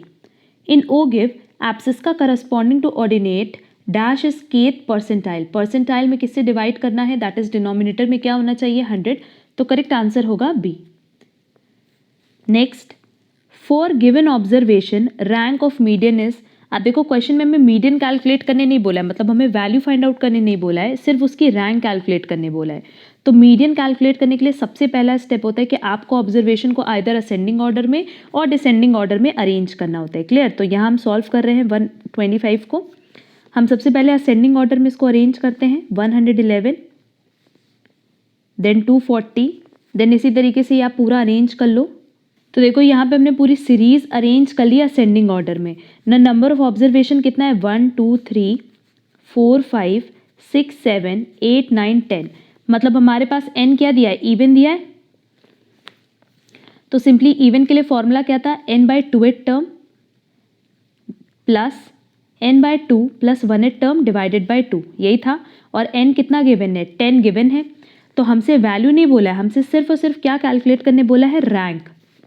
तो ये हो जाएगा 10/2 plus 10/2 plus 1th term divided by 2, that is हम कह सकते हैं कि 5th term plus 6th term divided by 2, और इसको सॉल्व करने पे वैल्यू आएगी 5.5 टर्म, या हम कह सकते हैं 5.5 टर्म। क्लियर, जो कि हमारे पास ऑप्शन बी में गिवन है।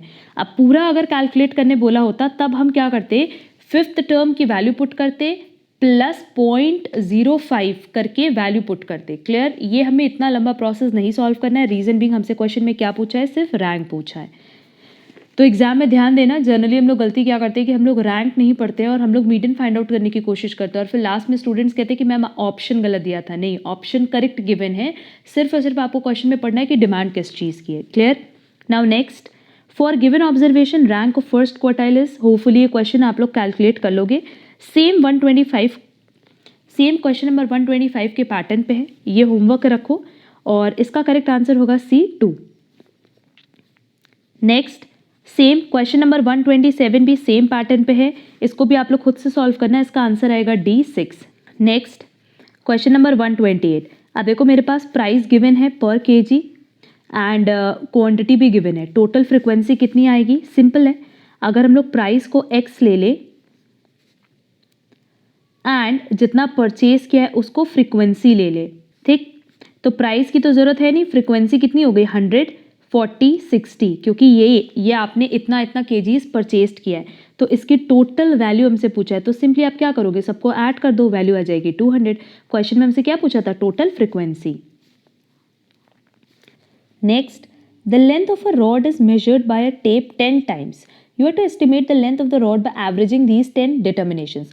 अब देखो 10 बार अगर आपने उसका कैलकुलेशन किया है तो सबको ऐड करके डिवाइड बाय 10 कर दो, ठीक।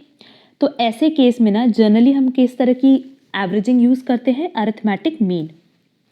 Next, a person purchases 5 rupees worth of x from 10 different markets. You have to find the average number of x per rupee for all the markets taken together.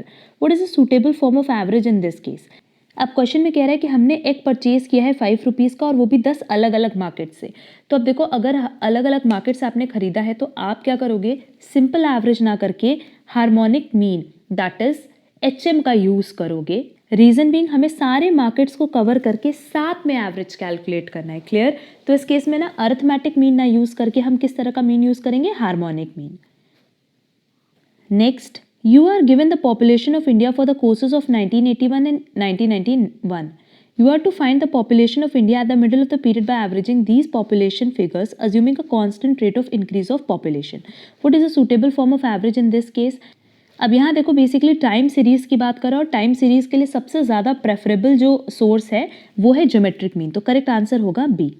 Next, dash is least affected by sampling fluctuations. ये हमने notes में भी बताया कि अगर हम बात करें स्टैंडर्ड डेविएशन की तो ये सैम्पलिंग फ्लक्चुएशन से बहुत कम अफेक्ट होता है। Root mean square deviation from mean is, अब देखो इसमें बोल क्या रहा है, डेविएशन निकालना है मीन से, ये आ गया, इसका स्क्वायर ये हो गया, ठीक। अब रूट मीन मतलब इसका भी आपको मीन कैलकुलेट करके अंडर रूट कर देना है। ये किसका फॉर्मूला है, स्टैंडर्ड डेविएशन का। और हमने अदर नेम में बताया भी था कि standard deviation is also known as root mean square deviation from mean. तो ये बेसिकली नोट्स में गिवन है और नोट्स हमने ऑलरेडी टेलीग्राम चैनल पे अपलोड किया हुआ है। नेक्स्ट, स्टैंडर्ड डेविएशन इज, देखो अगर हम लोग बात करें मेजर ऑफ डिस्पर्जन की तो हमने बताया था कि मेजर ऑफ डिस्पर्जन में 4 चीज़ें आती हैं, range, standard deviation, mean deviation and quartile deviation. जब हम इन चारों की बात करते हैं तो ये एब्सोल्यूट मेजर है, और अगर इन चारों के कोएफिशिएंट की बात करें तो वो हमारा रिलेटिव मेजर है। तो करेक्ट आंसर होगा A. Next, coefficient of variation is no doubt relative measure, ये अभी हमने ऊपर ही डिस्कस किया है। Next, dash deviation is also called semi interquartile range. Semi interquartile मतलब किसकी बात कर रहा है, हाफ की। सबसे पहले देखो रेंज, रेंज क्या है, largest value minus smallest value.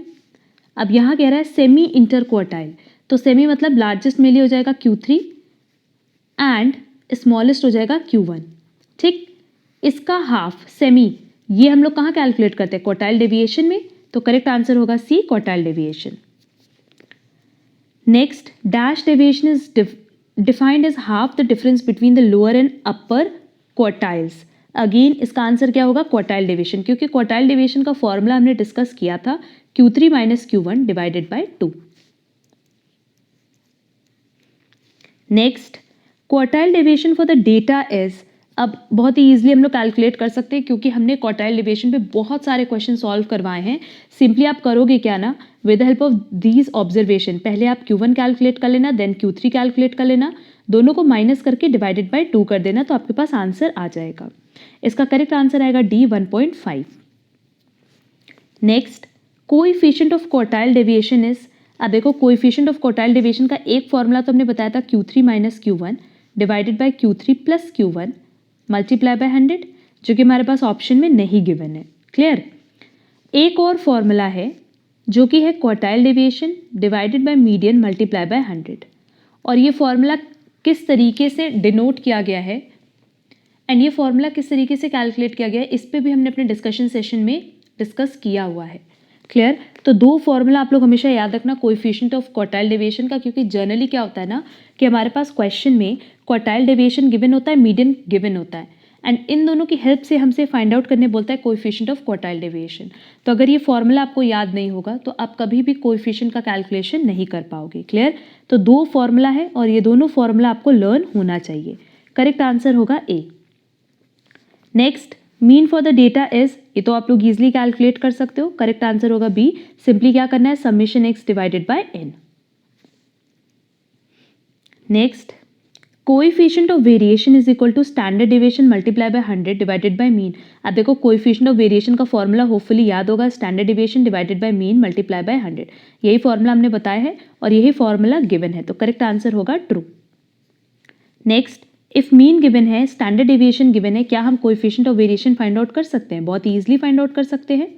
Simply हम स्टैंडर्ड डेविएशन की वैल्यू रखेंगे 2.6, मीन की वैल्यू रखेंगे 5 मल्टीप्लाई बाय 100, ये हो जाएगा 20, और क्योंकि कैलकुलेटर अलाउड है तो सीधे सीधे आप लोग इसको सॉल्व कर लेना, आंसर आएगा 52।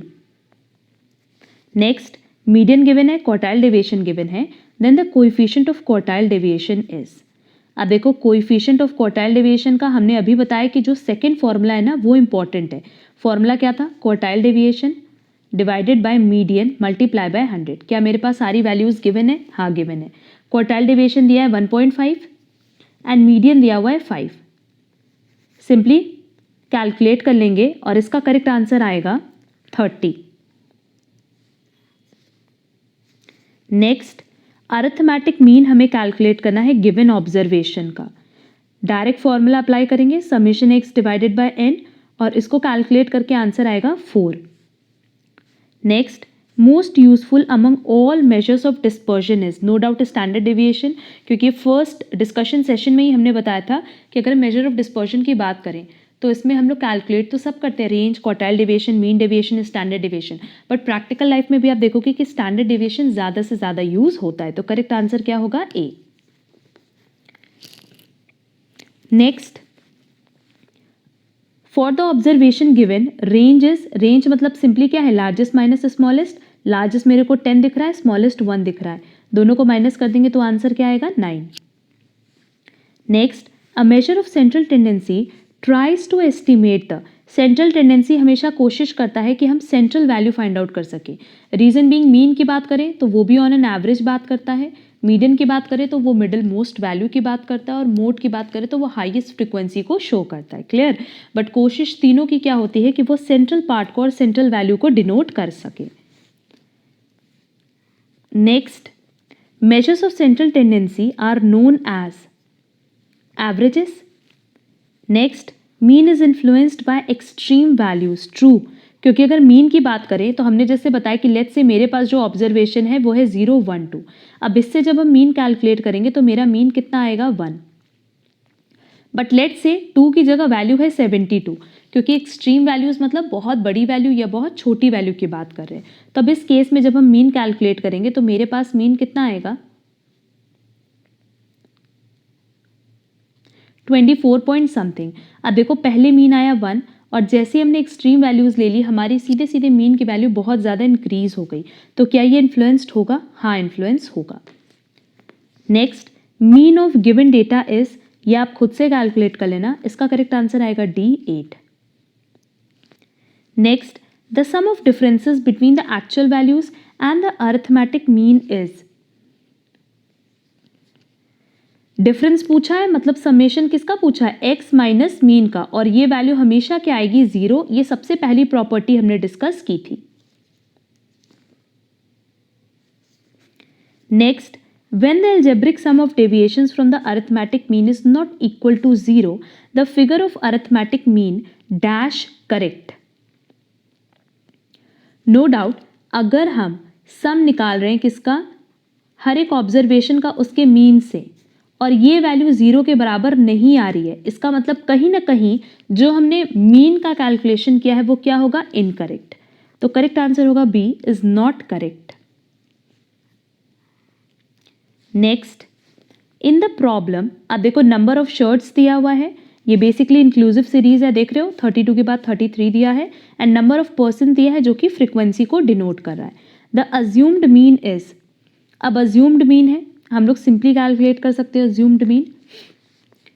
इसको और इसको तो नहीं लेंगे, अज्यूम्ड मीन कहाँ से लेंगे? मिडिल मोस्ट वैल्यू से, इसीलिए हमने सिर्फ मिडिल मोस्ट वैल्यू में ही देखा। 36 और 38 के बीच की वैल्यू क्या हो जाएगी? 37, और ये हमारा क्या हो जाएगा? x। क्लियर? हम सबका x कैलकुलेट करके बता देते हैं। इसका 31 होगा, इसका 34, इसका 37, 40 एंड 43। तो नो डाउट अज्यूम्ड मीन कितना होगा? 37। Next in the problem size of item दिया है, फ्रीक्वेंसी दिया है, अगेन अज्यूम्ड मीन पूछा है, तो 1 और 3 के बीच की वैल्यू हो जाएगी 2, 3 और 8 के बीच की वैल्यू कितनी होगी? 5.5, 8 to 15 दिया हुआ है क्लास हमारा। सिंपली करना क्या, देख लो 8 + 15 डिवाइडेड बाय 2, क्योंकि मिड वैल्यू और x हम इसी तरीके से फाइंड आउट करते हैं। अगर भूल गए हो तो देख लो, इस तरीके से कैलकुलेट करना होगा। ये हो जाएगा 11.5 और ये हो जाएगा 20.5।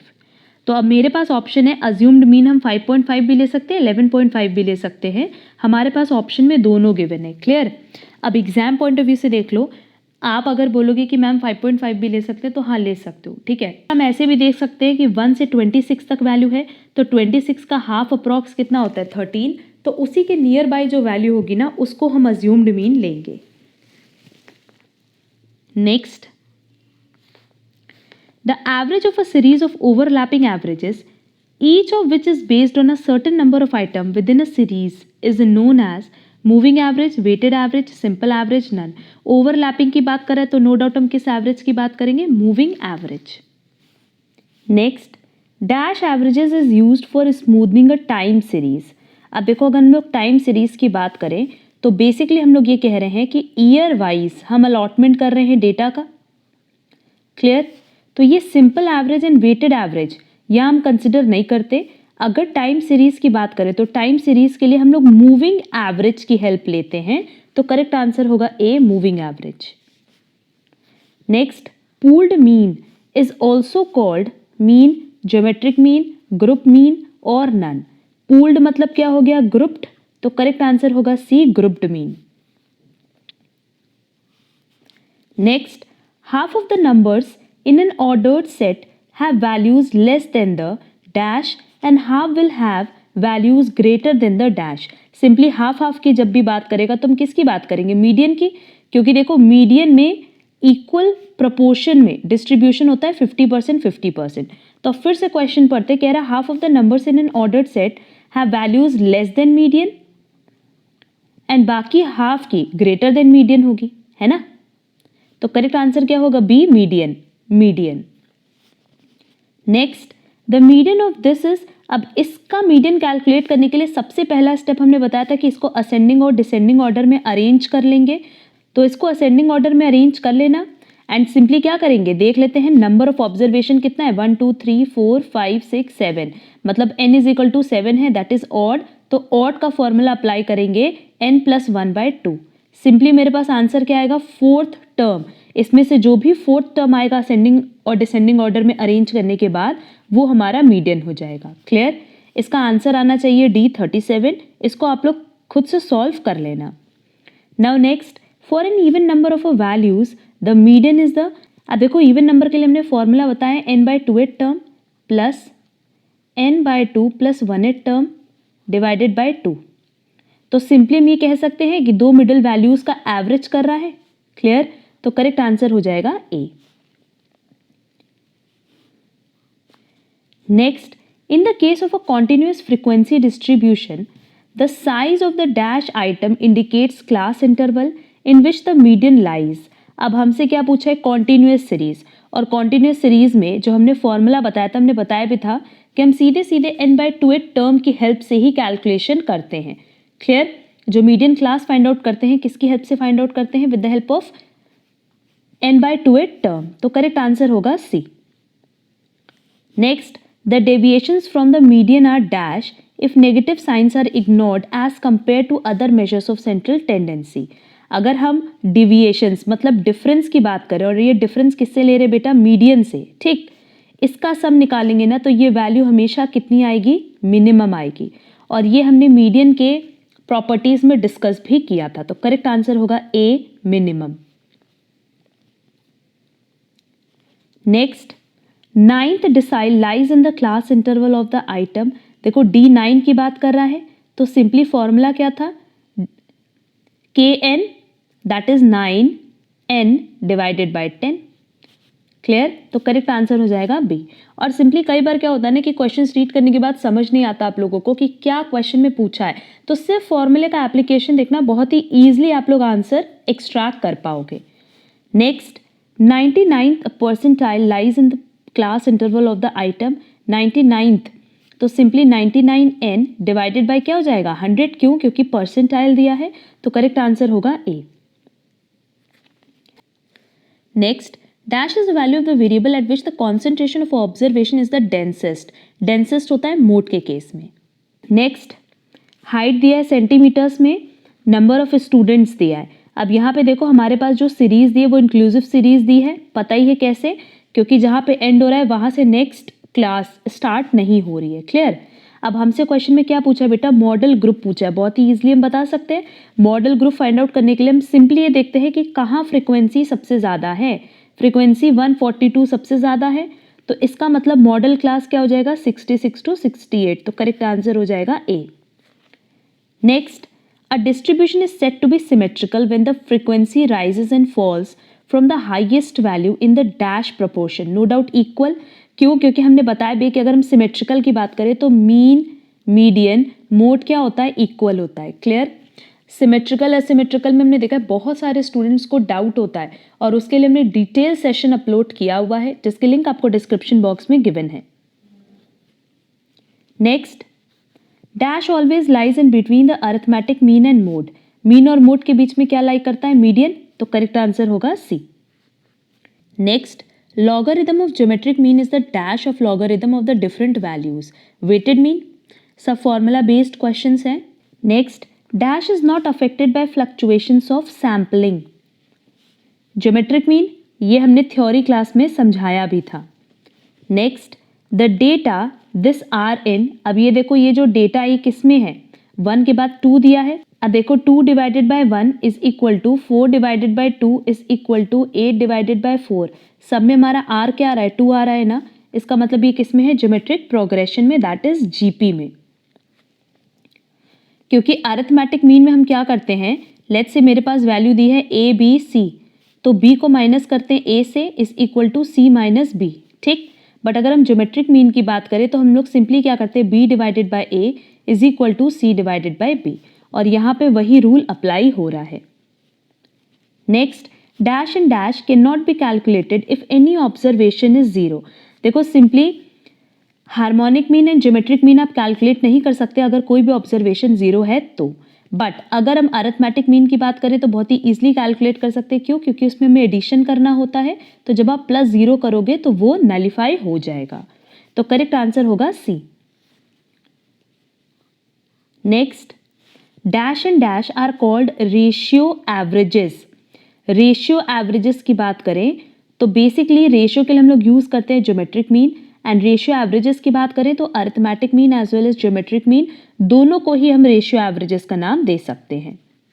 Next, dash is a good substitute to a weighted average. Weighted average की जगह हम और क्या यूज कर सकते हैं, हार्मोनिक मीन। ये सारे क्वेश्चन साथ ही साथ लर्न कर लेना, सो दैट एग्जाम में अगर ये सेम क्वेश्चन आता है तो बहुत ही ईजिली आप इसको ऑप्ट कर पाओ। Next, for ordering shoes of various sizes for resale a dash size will be more appropriate. Model size, क्योंकि देखो शू साइज की बात कर रहे हैं ना, तो वहां हम लोग किसको कंसिडर करते हैं बेटा, मोड को। Next, dash is called a positional measure. Median, ये भी हमने अपने कॉन्सेप्ट सेशन में बताया है। Next, 50% of the actual values will be below and 50% of will be above median, क्योंकि मीडियन में हम पूरी की पूरी सीरीज को 2 इक्वल पार्ट्स में डिस्ट्रीब्यूट करते हैं। Next, extreme values have dash effect on mode. अब देखो अगर एक्सट्रीम वैल्यूज है मतलब बहुत बड़ी वैल्यू या बहुत छोटी वैल्यू है, वो मीन को तो अफेक्ट करती है बट मीडियन एंड मोड को अफेक्ट नहीं करती, तो करेक्ट आंसर होगा D, none. Next, extreme values have dash effect on median, no effect. Extreme values have dash effect on arithmetic mean. Arithmetic mean पे हमेशा उसका कुछ ना कुछ इफेक्ट आपको दिखेगा। Next, extreme values have dash effect on harmonic mean. Harmonic mean पे आप देखना एक्सट्रीम वैल्यूज का बहुत ज़्यादा इफेक्ट होता है। इस पे एक छोटा सा एग्जाम्पल ले लेना सो दैट ये पॉइंट आप लोगों को मगअप ना करना पड़े। बस इतना याद रखना कि अरिथमेटिक मीन में कुछ इफेक्ट होता है एक्सट्रीम वैल्यूज का, एंड हार्मोनिक मीन में बहुत ज़्यादा इफेक्ट होता है। तो कोई एक छोटा सा एग्जाम्पल इस पे सॉल्व करके देखना सो दैट ये कॉन्सेप्ट आप लोग का क्लियर हो पाए। Next, dash is used when representation value is required and distribution is asymmetric. Mode, mean, median, none. asymmetric की बात कर रहा है तो उस केस में हमें mean की requirement होती है।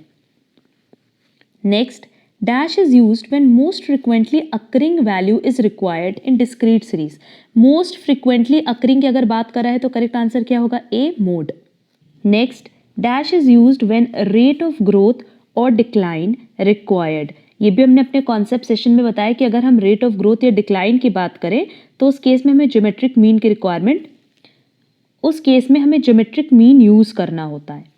Next, in finding dash the distribution has open and classes. Open and classes मतलब एक्सक्लूसिव सीरीज की बात कर रहा है, और एक्सक्लूसिव सीरीज हमें कहाँ हेल्प करता है, मीडियन में। मतलब बेसिकली अगर मीन और मोड की बात करें तो वो हम इंक्लूसिव सीरीज से भी फाइंड आउट कर सकते हैं, बट मीडियन के लिए स्पेशली हमें इंक्लूसिव सीरीज को एक्सक्लूसिव सीरीज में कन्वर्ट करना होता है, या आप कह लो कि हम एक्सक्लूसिव सीरीज की हेल्प से ही फाइंड आउट कर सकते हैं median. Next, the cumulative frequency distribution is used for, cumulative मतलब हम CF कहाँ कैलकुलेट करते हैं, मीडियन के कैलकुलेशन में। Next, in dash the quantities are in ratios, geometric mean. Next, dash is used when variability has also to be calculated. Arithmetic mean, geometric mean, harmonic mean, none. Variability कहाँ calculate करना होता है, arithmetic mean में।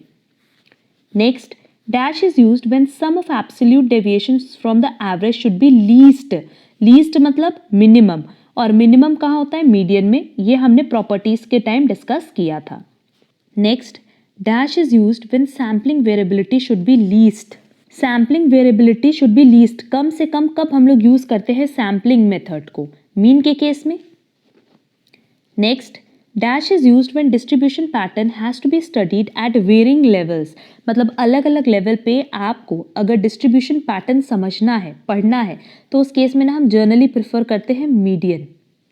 Clear, ये सब question साथ ही साथ learn करते जाना, सो दैट एग्जाम में अगर सेम क्वेश्चन रिपीट करता है तो बहुत ही ईजिली इसको अटेम्प्ट कर पाओ।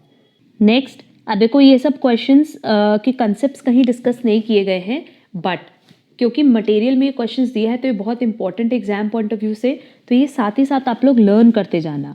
द एवरेज डिस्कवर्स, एवरेज क्या बताता है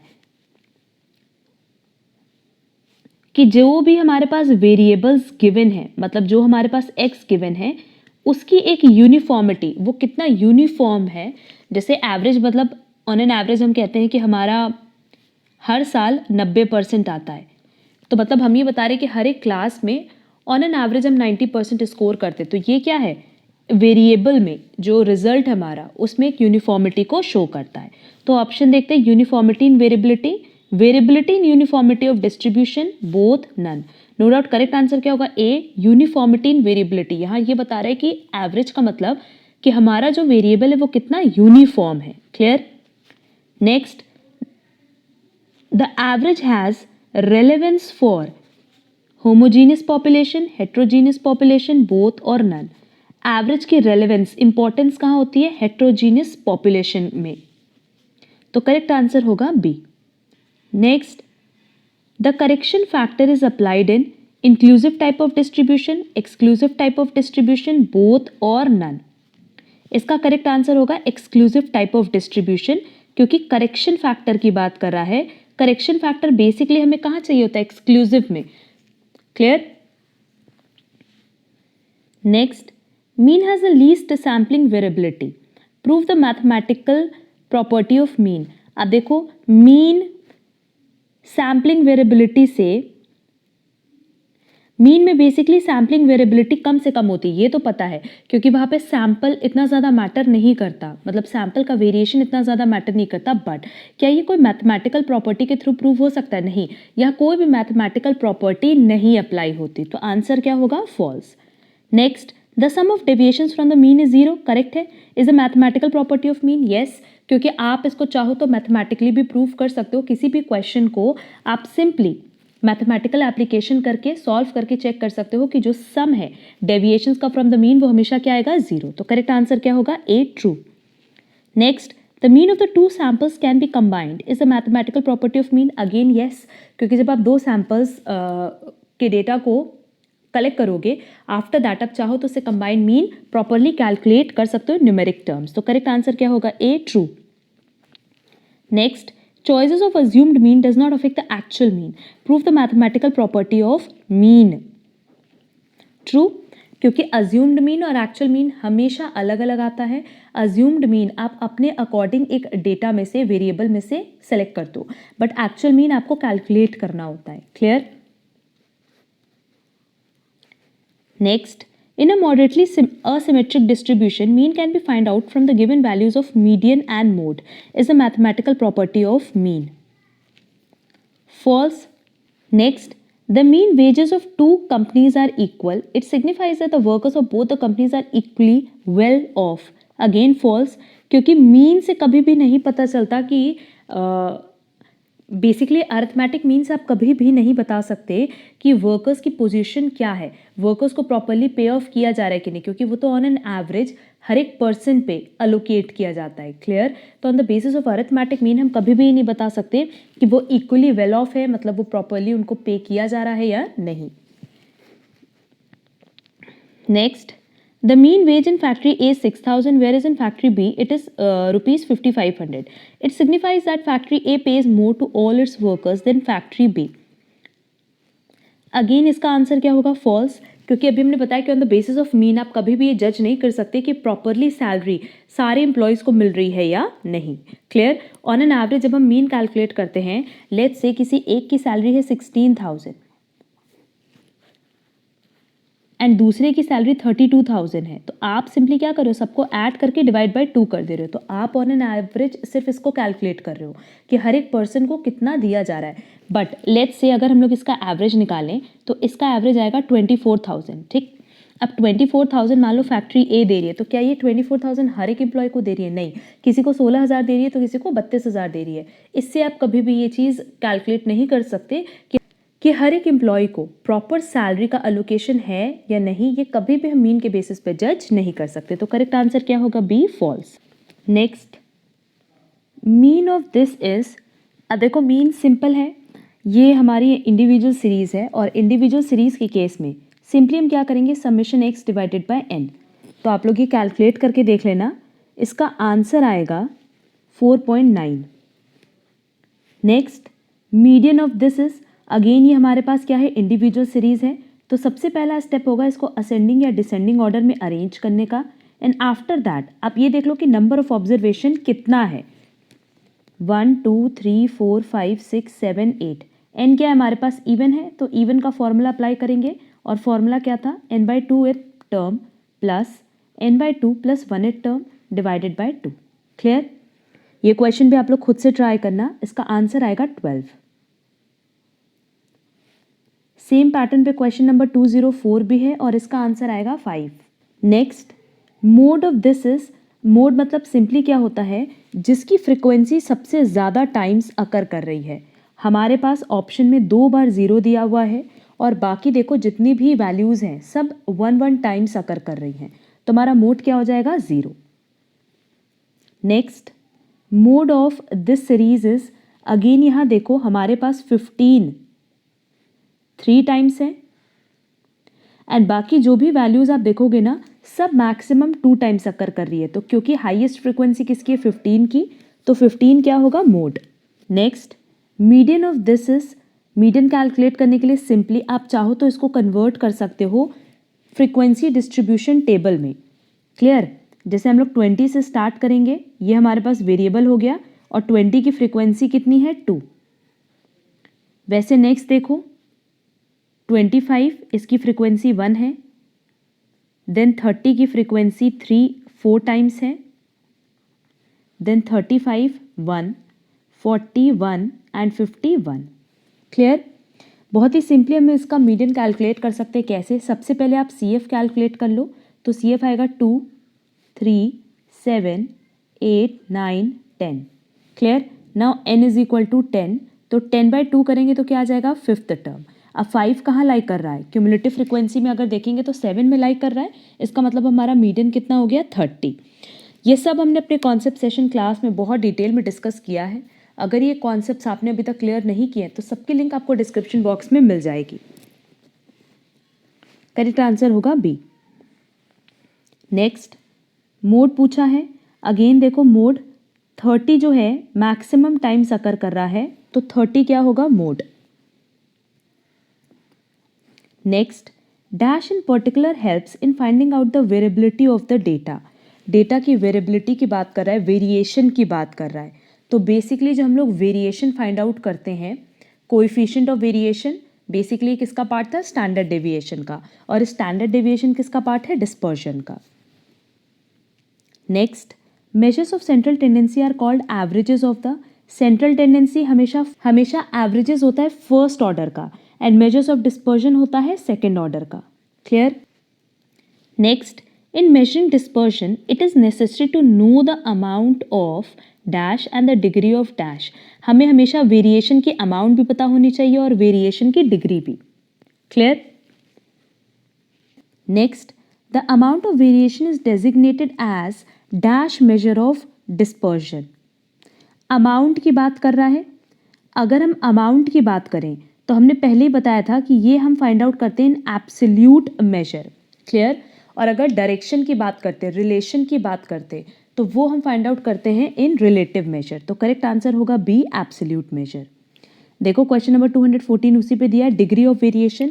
डिग्री, डायरेक्शन, रिलेशन की बात करें तो हम बात करते हैं रिलेटिव मेजर की, क्योंकि हमने पहले ही बताया था कि रिलेटिव में आता है कोएफिशिएंट, और कोएफिशिएंट में हमें सिर्फ और सिर्फ जो वैल्यूज़ मिलती है वो -1 to 1 के बीच में मिलती है, क्योंकि वो सिर्फ डायरेक्शन के बारे में बताता है या साइन को डिनोट करता है। Clear? Next, for purpose of comparison between two or more series with varying size or number of items, varying central values or units of calculation, only dash measures can be used. No doubt relative measure, क्योंकि relative measure हम लोग किसके लिए use करते हैं, for comparison purpose. Next, the relation relative range is equal to absolute range divided by sum of two extremes. देख लेते हैं यहाँ पे फॉर्मूले का एप्लीकेशन है। अगर हम लोग रिलेटिव रेंज की बात करें, मतलब कोएफिशिएंट ऑफ रेंज की, तो उसका फॉर्मूला क्या था, largest minus smallest divided by largest plus smallest. वही यहाँ पे फॉर्मूले में गिवन है, तो करेक्ट आंसर क्या होगा, A, true. Next, the relation absolute range is equal to relative range divided by sum of two extreme values. ये रॉन्ग है, क्योंकि देखो रिलेटिव रेंज मतलब कोएफिशिएंट ऑफ रेंज का कैलकुलेशन तो हम करते हैं, बट यहाँ एब्सोल्यूट रेंज की बात कर रहा है, और रेंज हम कैसे कैलकुलेट करते हैं, largest minus smallest value. Clear? तो क्या ये फॉर्मूला करेक्ट है? नो। करेक्ट आंसर होगा B, false. Next, dash is extremely sensitive to the size of the sample. अब देखो सिंपली क्वेश्चन में ये चीज़ कह रहा है कि बेसिकली इनमें से कौन सी ऐसी चीज़ है जो कि साइज, सैंपल की साइज पे डिपेंड करती है। तो नो डाउट रेंज, क्योंकि रेंज मतलब लार्जेस्ट माइनस स्मॉलेस्ट, तो जितनी ज़्यादा बड़ी साइज होगी उसी हिसाब से आपकी वैल्यू फ्लक्चुएट करेगी। किस केस में? रेंज के केस में। और बाकी अगर हम लोग मीन, मीडियन, मोड की बात करें तो ये जनरली हमें सेंट्रल वैल्यू के बारे में बताती है, और सेंट्रल वैल्यू के केस में कितनी भी ज़्यादा साइज हो उससे कभी भी फर्क नहीं पड़ेगा, क्योंकि बेसिकली हम लोग यहाँ पे क्या कैलकुलेट करते हैं, mid value. Clear? Next, as a sample size increases dash also tends to increase. अभी हमने बताया कि सैम्पल साइज पे क्या डिपेंड करता है, रेंज। मीन, मीडियन, मोड को सैम्पल साइज से कोई फर्क नहीं पड़ेगा, बट रेंज की बात करें तो लार्जेस्ट माइनस स्मॉलेस्ट यही फॉर्मूला होता है रेंज का। तो करेक्ट आंसर होगा A. Next, as a sample size increases range also tends to increase, though not proportionately. अब प्रोपोर्शनेटली तो नहीं बढ़ेगा, मतलब लेट्स से अगर हमारे पास जो सैम्पल साइज है पहले 10 थी, ठीक, और अब ये जस्ट 100% से बढ़कर के 20 हो गई, तो क्या रेंज की वैल्यू भी 100% से इंक्रीज हो कोई ज़रूरी है? नहीं, ये कोई ज़रूरी नहीं है, क्योंकि रेंज में बेसिकली हम लोग क्या लेते हैं, largest value minus smallest value. तो कोई ज़रूरी नहीं है कि आपने जो 10 ऑब्जर्वेशंस ऐड किया है उसमें से ही हम लार्जेस्ट और स्मॉलेस्ट वैल्यू ले रहे हों। क्लियर? तो प्रोपोर्शनेटली मतलब 100% से ही अगर हम सैम्पल साइज बढ़ा रहे हैं और 100% से ही रेंज बढ़ेगा, ऐसा कोई ज़रूरी नहीं होता। क्लियर? तो करेक्ट आंसर होगा A, true. Next, as a sample size increases range also tends to increase. The dependence of range on extreme items can be avoided by adopting standard deviation, mean deviation, quartile deviation और none. अब देखो अगर हम लोग बात करें extreme values की, तो एक्सट्रीम वैल्यूज़ मतलब क्या होती है, बहुत लार्जर वैल्यू या बहुत स्मॉलर वैल्यू। ठीक है, अब क्वेश्चन में कह रहा है कि इनमें से हम क्या अडॉप्ट करें कि रेंज की जो डिपेंडेंस है ऑन एक्सट्रीम वैल्यूज़ मतलब बहुत बड़ी या छोटी वैल्यूज़ पे उसको अवॉइड कर सके। क्लियर? तो नो डाउट हमारे लिए करेक्ट आंसर क्या होगा, क्वार्टाइल डेविएशन, क्योंकि इसमें हम Q3 लेंगे माइनस Q1 लेंगे, और Q3 और Q1 बेसिकली क्वार्टर हम लोग ऑब्जर्वेशन के बेसिस पे कैलकुलेट करते हैं, उसमें लार्जर और smaller values that is extreme values कहीं पे भी कुछ भी अफेक्ट नहीं करती। क्लियर? तो अगर हमें रेंज की डिपेंडेंसी ख़त्म करनी है एक्सट्रीम आइटम्स पे तो हम क्वार्टाइल डेविएशन यूज़ करेंगे। Next, quartile deviation is called, simply क्या होता है Q3 minus Q1 divided by 2, तो इसको हम लोग सेमी इंटर क्वार्टाइल रेंज भी कह सकते हैं। और ये हमने ऑलरेडी अपने डिस्कशन सेशन में डिस्कस किया हुआ है। नेक्स्ट, फर्स्ट क्वार्टाइल गिवन है, थर्ड क्वार्टाइल गिवन है, QD निकालना है। सिंपली QD क्या हो जाएगा, third quartile minus second quartile divided by 2, that is correct answer होगा D 5। Next, Q3 minus Q1 divided by Q3 plus Q1, ये क्या था, कोइफिशिएंट था, है ना, और कोइफिशिएंट किसका, क्वार्टाइल डेविएशन का, तो करेक्ट आंसर होगा A। नेक्स्ट, स्टैंडर्ड डेविएशन को हम किससे डिनोट करते हैं, सिग्मा से, और अगर इसका स्क्वायर होता तो क्या हो जाता, वेरिएंस। क्लियर? तो करेक्ट आंसर होगा B। Next, the square of standard deviation is known as, standard deviation का स्क्वायर करेंगे तो क्या होगा, वेरिएंस। नेक्स्ट, क्वेश्चन में हमसे मीन फाइंड आउट करने बोला है और ये क्वेश्चन आप लोग खुद से सॉल्व कर लेना, इसका करेक्ट आंसर आना चाहिए 41। Next, for the following frequency distribution, देखो क्लास इंटरवल गिवन है, फ्रीक्वेंसी गिवन है, assumed mean can be taken as, assumed mean हम हमेशा कहाँ से लेते हैं, मिड वैल्यू से। ठीक, अब इसका अज्यूम्ड मीन कितना आएगा, 35, और इसका अज्यूम्ड मीन कितना आएगा, 45। अब देखो, क्योंकि हमारे पास वैल्यू स्टार्ट हो रही है 10 से और ख़त्म हो रही है 70, तो इसका आधा करने पे कितना आ रहा है, 35 आ रहा है। वैसे हम लोग 35 भी ले सकते हैं, 45 भी ले सकते हैं, बट अगर हम देखें कि हमारे पास जो ओवरऑल वैल्यू है 70, उसको डिवाइड करेंगे 2 से, तो नो डाउट वैल्यू कितनी आएगी, 35, तो 35 ही हमारा करेक्ट आंसर होगा, और एज पर इंस्टीट्यूट की मैट भी यही करेक्ट आंसर बता रहा है। Clear? The value of the standard deviation does not depend upon the choice of origin, ना ये ओरिजिन से अफेक्ट होता है और ना ही स्केल से अफेक्ट होता है, तो करेक्ट आंसर क्या होगा, true. Coefficient of standard deviation is standard deviation divided by mean multiply by 100, generally यही सिंपली यही फॉर्मूला होता है, तो करेक्ट आंसर हो जाएगा B. Next, the value of the standard deviation will change if any one of the observation is change. Question में हमसे पूछा है the value of the standard deviation will change if any one of the observation is change. Let's say मेरे पास value है 1 2 3, इससे जब हम standard deviation calculate करेंगे और लेट्स से 3 की जगह हमने 6 रख दिया, तो इसके बेसिस पे जब हम कैलकुलेशन करेंगे तो नो डाउट हमारे स्टैंडर्ड डेविएशन की वैल्यू क्या होगी, चेंज होगी, तो करेक्ट आंसर होगा A, true. Next, when all the values are equal then variance and standard deviation would be 0, क्योंकि अगर मान लो सारी की सारी वैल्यूज 1 है तो उस केस में स्टैंडर्ड डेविएशन कैलकुलेट करके देख लेना, 0 आएगा। ये भी हमने अपने कॉन्सेप्ट सेशन में एग्जाम्पल देके समझाया हुआ है। Next, for value lies close to the mean the standard deviations are big, small, moderate और नन। अगर मीन के आस पास होगी वैल्यू तो स्टैंडर्ड डेविएशन हमेशा क्या आएगी, छोटी वैल्यू आएगी, तो करेक्ट आंसर होगा B. Next, if the same amount is added to or subtracted from all the values, variance and standard deviation shall unchanged। ये प्रॉपर्टी हमने डिटेल में डिस्कस की है विथ एग्जाम्पल स्टैंडर्ड डेविएशन के लिए, कि स्टैंडर्ड डेविएशन अगर मान लो आपने निकाला है 1 2 3 का, ठीक, अब लेट्स से सारे के सारे ऑब्जर्वेशन को आप 1 से ऐड कर दो, इसके बाद जो मेरे पास न्यू ऑब्जर्वेशन आ रहा है जब आप उससे स्टैंडर्ड डेविएशन निकालोगे ना तो वो भी सेम आएगा। क्लियर? और प्रॉपर्टी की क्लास अगर अभी तक आपने नहीं की है तो उसके लिंक आपको डिस्क्रिप्शन बॉक्स में हमने प्रोवाइड की है। प्रॉपर्टीज़ की क्लास ज़रूर से कर लेना, सो दैट ये कॉन्सेप्ट आपका पूरा क्लियर हो जाए।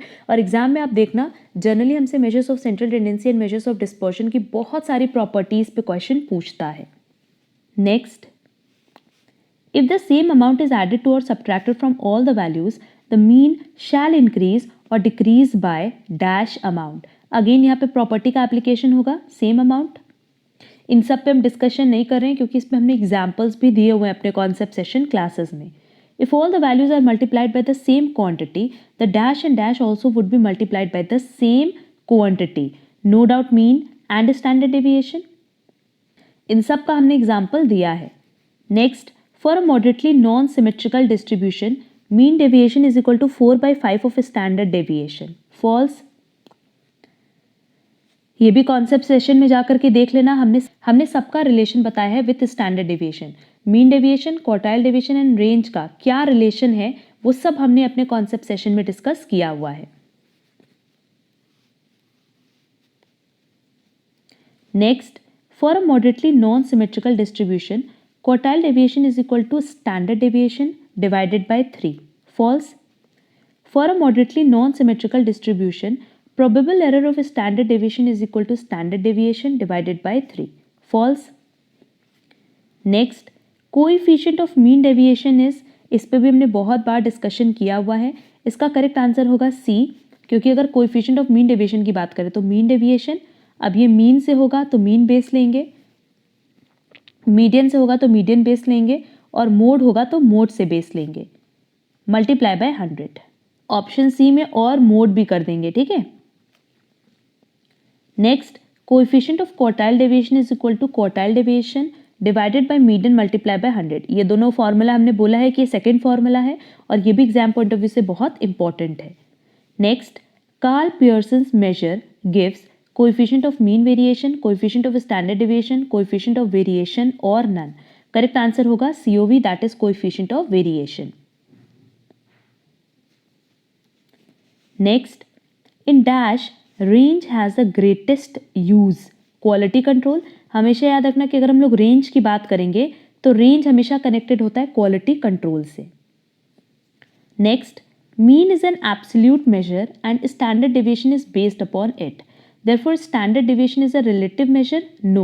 standard deviation कौन सा measure है? absolute measure है। and अगर हम coefficient of standard deviation calculate करते तो वो हमारा relative measure होता। तो correct answer होगा B, false। Next, semi-quartile range is 1/4 of the range in a normal symmetrical distribution। Yes। Next, whole frequency table is needed for the calculation of range as well as variance। Next, relative measures of dispersion make deviations in similar units comparable। True, क्योंकि अगर relative measure की बात करें तो relative measure हम लोग use ही क्यों करते हैं? for comparison। Next, quartile deviation is based on the, quartile deviation basically क्या है? Q3 minus Q1। तो करेक्ट आंसर होगा D, middle 50% of the item. Next, standard deviation is less than mean deviation, false. इस पे भी हमने question solve करवाया हुआ है। Coefficient of variation is independent of the unit of measurement. Yes, अगर हम कोएफिशिएंट की बात करें तो ये हमेशा यूनिट फ्री होता है, मतलब जितने भी रिलेटिव मेजर्स होते हैं वो हमेशा यूनिट फ्री होते हैं। Next, coefficient of variation is a relative major. Yes, क्योंकि कोएफिशिएंट जहां वर्ड यूज हुआ वो हमेशा क्या होता है? रिलेटिव मेजर होता है। एंड कोएफिशिएंट ऑफ वेरिएशन किसका है? डिस्पर्शन का। Next, coefficient of variation is equal to, अब देखो COV की अगर बात करें तो क्या है? Standard deviation divided by mean multiply by 100। तो हमारे पास ऑप्शन सी करेक्ट आंसर दिया है। Next, coefficient of quartile deviation is equal to, देख लो ये फॉर्मूला बहुत बार रिपीट किया और इसका करेक्ट आंसर होगा ए। ये एग्जाम पॉइंट ऑफ व्यू से भी बहुत रेलेवेंट है। Next, if each item is reduced by 15 तो उस केस में अरिथमेटिक मीन भी क्या होगा? 15 से रिड्यूस्ड हो जाएगा।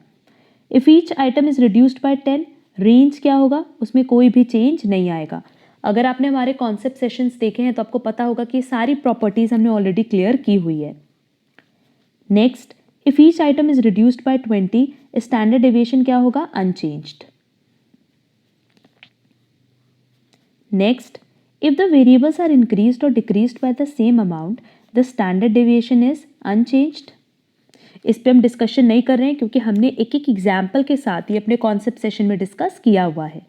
If the variables are increased or decreased by the same proportion, the standard deviation changes by same proportion। The mean of the first n natural number is, इसको भी हमने डिटेल्स में सॉल्व करवाया था। इसका करेक्ट आंसर होगा C, n+1/2। Next, which one is true? Arithmetic mean is equal to assumed mean plus arithmetic mean of deviation of terms. Geometric mean में तो बात ही नहीं करेंगे, करेक्ट आंसर होगा ए। Next, if the arithmetic mean of any distribution be 25 and one term is 18, then the deviation of 18 from arithmetic mean is, simply क्या करेंगे, mean बताया है 25, मतलब मीन मेरे पास क्या है 25 और एक ऑब्जर्वेशन क्या दिया हुआ है 18, तो 18 माइनस 25 करेंगे, आंसर आएगा -7. Next, for finding arithmetic mean in step deviation method the class intervals should be of, अगर अरिथमेटिक मीन की बात करें तो हमेशा क्लास इंटरवल क्या होगा, इक्वल लेंथ्स का. Next, the sum of square of the deviation of the variable is dash when taken about arithmetic mean. अगर अरिथमेटिक मीन की बात करें तो x माइनस मीन का स्क्वायर बोला है, डेविएशन का स्क्वायर, ये हमेशा क्या आएगा, मिनिमम. नेक्स्ट, अब देखो अरिथमेटिक मीन दिया है 6 और हमें value of x find out करना है, तो सिंपली क्या करेंगे, सबको ऐड कर दो, 1 plus 3 plus 5 plus 6 plus x plus 10 divided by कितना नंबर ऑफ ऑब्जर्वेशन है, 6 ऑब्जर्वेशन है और मीन कितना दिया है 6, क्योंकि सिंपली यहाँ पे फॉर्मूला लगा है मीन का summation x divided by n. ठीक, क्रॉस मल्टीप्लाई करो, ये हो जाएगा 36 इज इक्वल टू ऊपर की सारी वैल्यूज, न्यूमरेटर में जितनी भी वैल्यूज है सबको टोटल कर दो, तो ये आएगा 25 प्लस x. फाइनली मेरे पास x की वैल्यू आ जाएगी 11, तो करेक्ट आंसर होगा B. Next, the geometric mean of 2 and 8 is, simply क्या करेंगे, √2 मल्टीप्लाई बाय 8 कर देंगे, ये हमने सॉल्व करना बताया हुआ है, इसका करेक्ट आंसर आएगा B4. नेक्स्ट, n प्लस 1 बाय 2th term is median if n is, ये फॉर्मूला हम कब यूज करते हैं, जब n ऑड आता है, तो क्योंकि अगर इवन होता तो उस केस में हमें एवरेज निकालना होता. Next, for the values of a variable this the median is, अब देखो यहाँ पे जो मेरे पास वैल्यूज दी है वो कितनी दी है, इवन दी है, सिंपली इवन का फॉर्मूला अप्लाई करके मीडियन कैलकुलेट कर लेना, इसका करेक्ट आंसर आएगा B 4.5. Next, the abscissa of the maximum frequency in the frequency curve is the, maximum frequency कहाँ होती है, मोड में. नेक्स्ट, वेरिएबल दिया है, नंबर ऑफ मेन दिया है, मोड कैलकुलेट करना है, तो सिंपली जहां नंबर ऑफ मेन ज्यादा होगा वही मोड होगा, तो करेक्ट आंसर होगा C.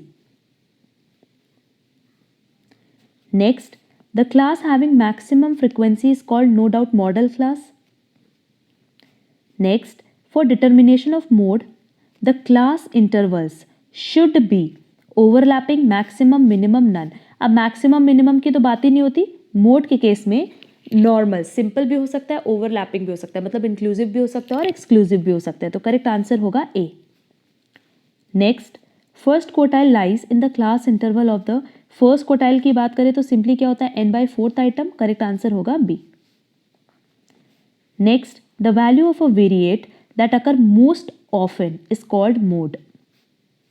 Next, for the values of a variable this the median is, अब सिंपली यहाँ पे देखो हमारे पास नंबर ऑफ ऑब्जर्वेशन क्या दिया है, ऑड दिया है, तो ऑड का फॉर्मूला अप्लाई करके मीडियन कैलकुलेट कर सकते हो, करेक्ट आंसर आएगा C4. Next, if y is equal to this and mean of x दिया है, तो मीन ऑफ y कैसे कैलकुलेट करेंगे, सीधे ये मीन ऑफ y ले लो, ये मीन ऑफ x ले लो, ये हो जाएगा 150 माइनस 20. ठीक, तो आंसर आएगा 130, क्योंकि यहाँ पे हमने क्या किया, अरिथमेटिक मीन की प्रॉपर्टी का एप्लीकेशन किया है. सेम क्वेश्चन नंबर 281 भी ऐसे ही करना है, इसका करेक्ट आंसर आएगा D50. नेक्स्ट, क्वेश्चन नंबर 282 भी आप लोग खुद से ट्राई करोगे, इसका आंसर आएगा D. क्वेश्चन नंबर 283 भी आप लोग कर सकते हो, इसका आंसर आएगा D. Next, in a symmetrical distribution when the third quartile plus first quartile is halved the value would given, simply क्या कह रहा है, Q3 प्लस Q1 कर दें डिवाइडेड बाय 2, तो ये किसके बराबर आ जाएगा, Q2 के, दैट इज मीडियन के. Next, in zoology dash is used, median, mean, mode, none. Generally zoology में हम लोग मोड यूज करते हैं, अगर हमें कैलकुलेशन करना है किसी भी डेटा का तो हम लोग मोड प्रेफर करते हैं. Next, for calculation of speed and velocity हम हमेशा क्या यूज करते हैं, हार्मोनिक मीन, और इस पे हमने एक न्यूमेरिकल भी सॉल्व करके बताया हुआ है जो कि एग्जाम पॉइंट ऑफ व्यू से बहुत रेलेवेंट है. Next, the standard deviation is always taken from mean. Next, coefficient of standard deviation is equal to, standard deviation divided by mean. तो करेक्ट आंसर होगा A. And last question, the distribution for which the coefficient of variation is less is dash consistent. वो हमेशा ज़्यादा consistent होगा। इस पे भी हमने क्वेश्चन सॉल्व करवाया हुआ है। इसीलिए हमने स्टार्टिंग में बताया था कि अगर आपने हमारा कॉन्सेप्ट सेशन देखा है तो आपको कहीं पे भी कोई प्रॉब्लम नहीं होने वाली। क्लियर? जितने भी कॉन्सेप्ट सेशंस की क्लास इंपॉर्टेंट है वो सब हमने आपको डिस्क्रिप्शन बॉक्स में दिए हुए हैं, और साथ ही साथ हमने टेलीग्राम चैनल की लिंक दी है जहाँ से आप नोट्स डाउनलोड कर सकते हो। उम्मीद करते हैं कि ये सारे क्वेश्चंस आपको प्रॉपरली समझ आए होंगे, और ये सारे के सारे questions exam point of view से बहुत रेलेवेंट है। स्टिल अगर किसी क्वेश्चन में आपको डाउट हो तो आप कमेंट बॉक्स में कमेंट करके पूछ सकते हो। साथ ही साथ हमने टेलीग्राम की लिंक भी दी है जहाँ आप हमें डायरेक्ट मैसेज कर सकते हैं। आपकी जो भी क्वेरीज होगी, जो भी डाउट्स होंगे, वो आप हमें टेलीग्राम पे सेंड कर सकते हैं। हम लोग मिलेंगे हमारी नेक्स्ट क्लास में, जहाँ बेसिकली हम लोग कोरिलेशन पे डिस्कशन कर रहे हैं, और जैसे हमारा कोरिलेशन का कॉन्सेप्ट क्लास खत्म हो जाएगा हम उसके MCQs पे डिस्कशन स्टार्ट कर देंगे। हम लोग मिलेंगे हमारी नेक्स्ट क्लास में। आज के लिए बस इतना। Thank you so much.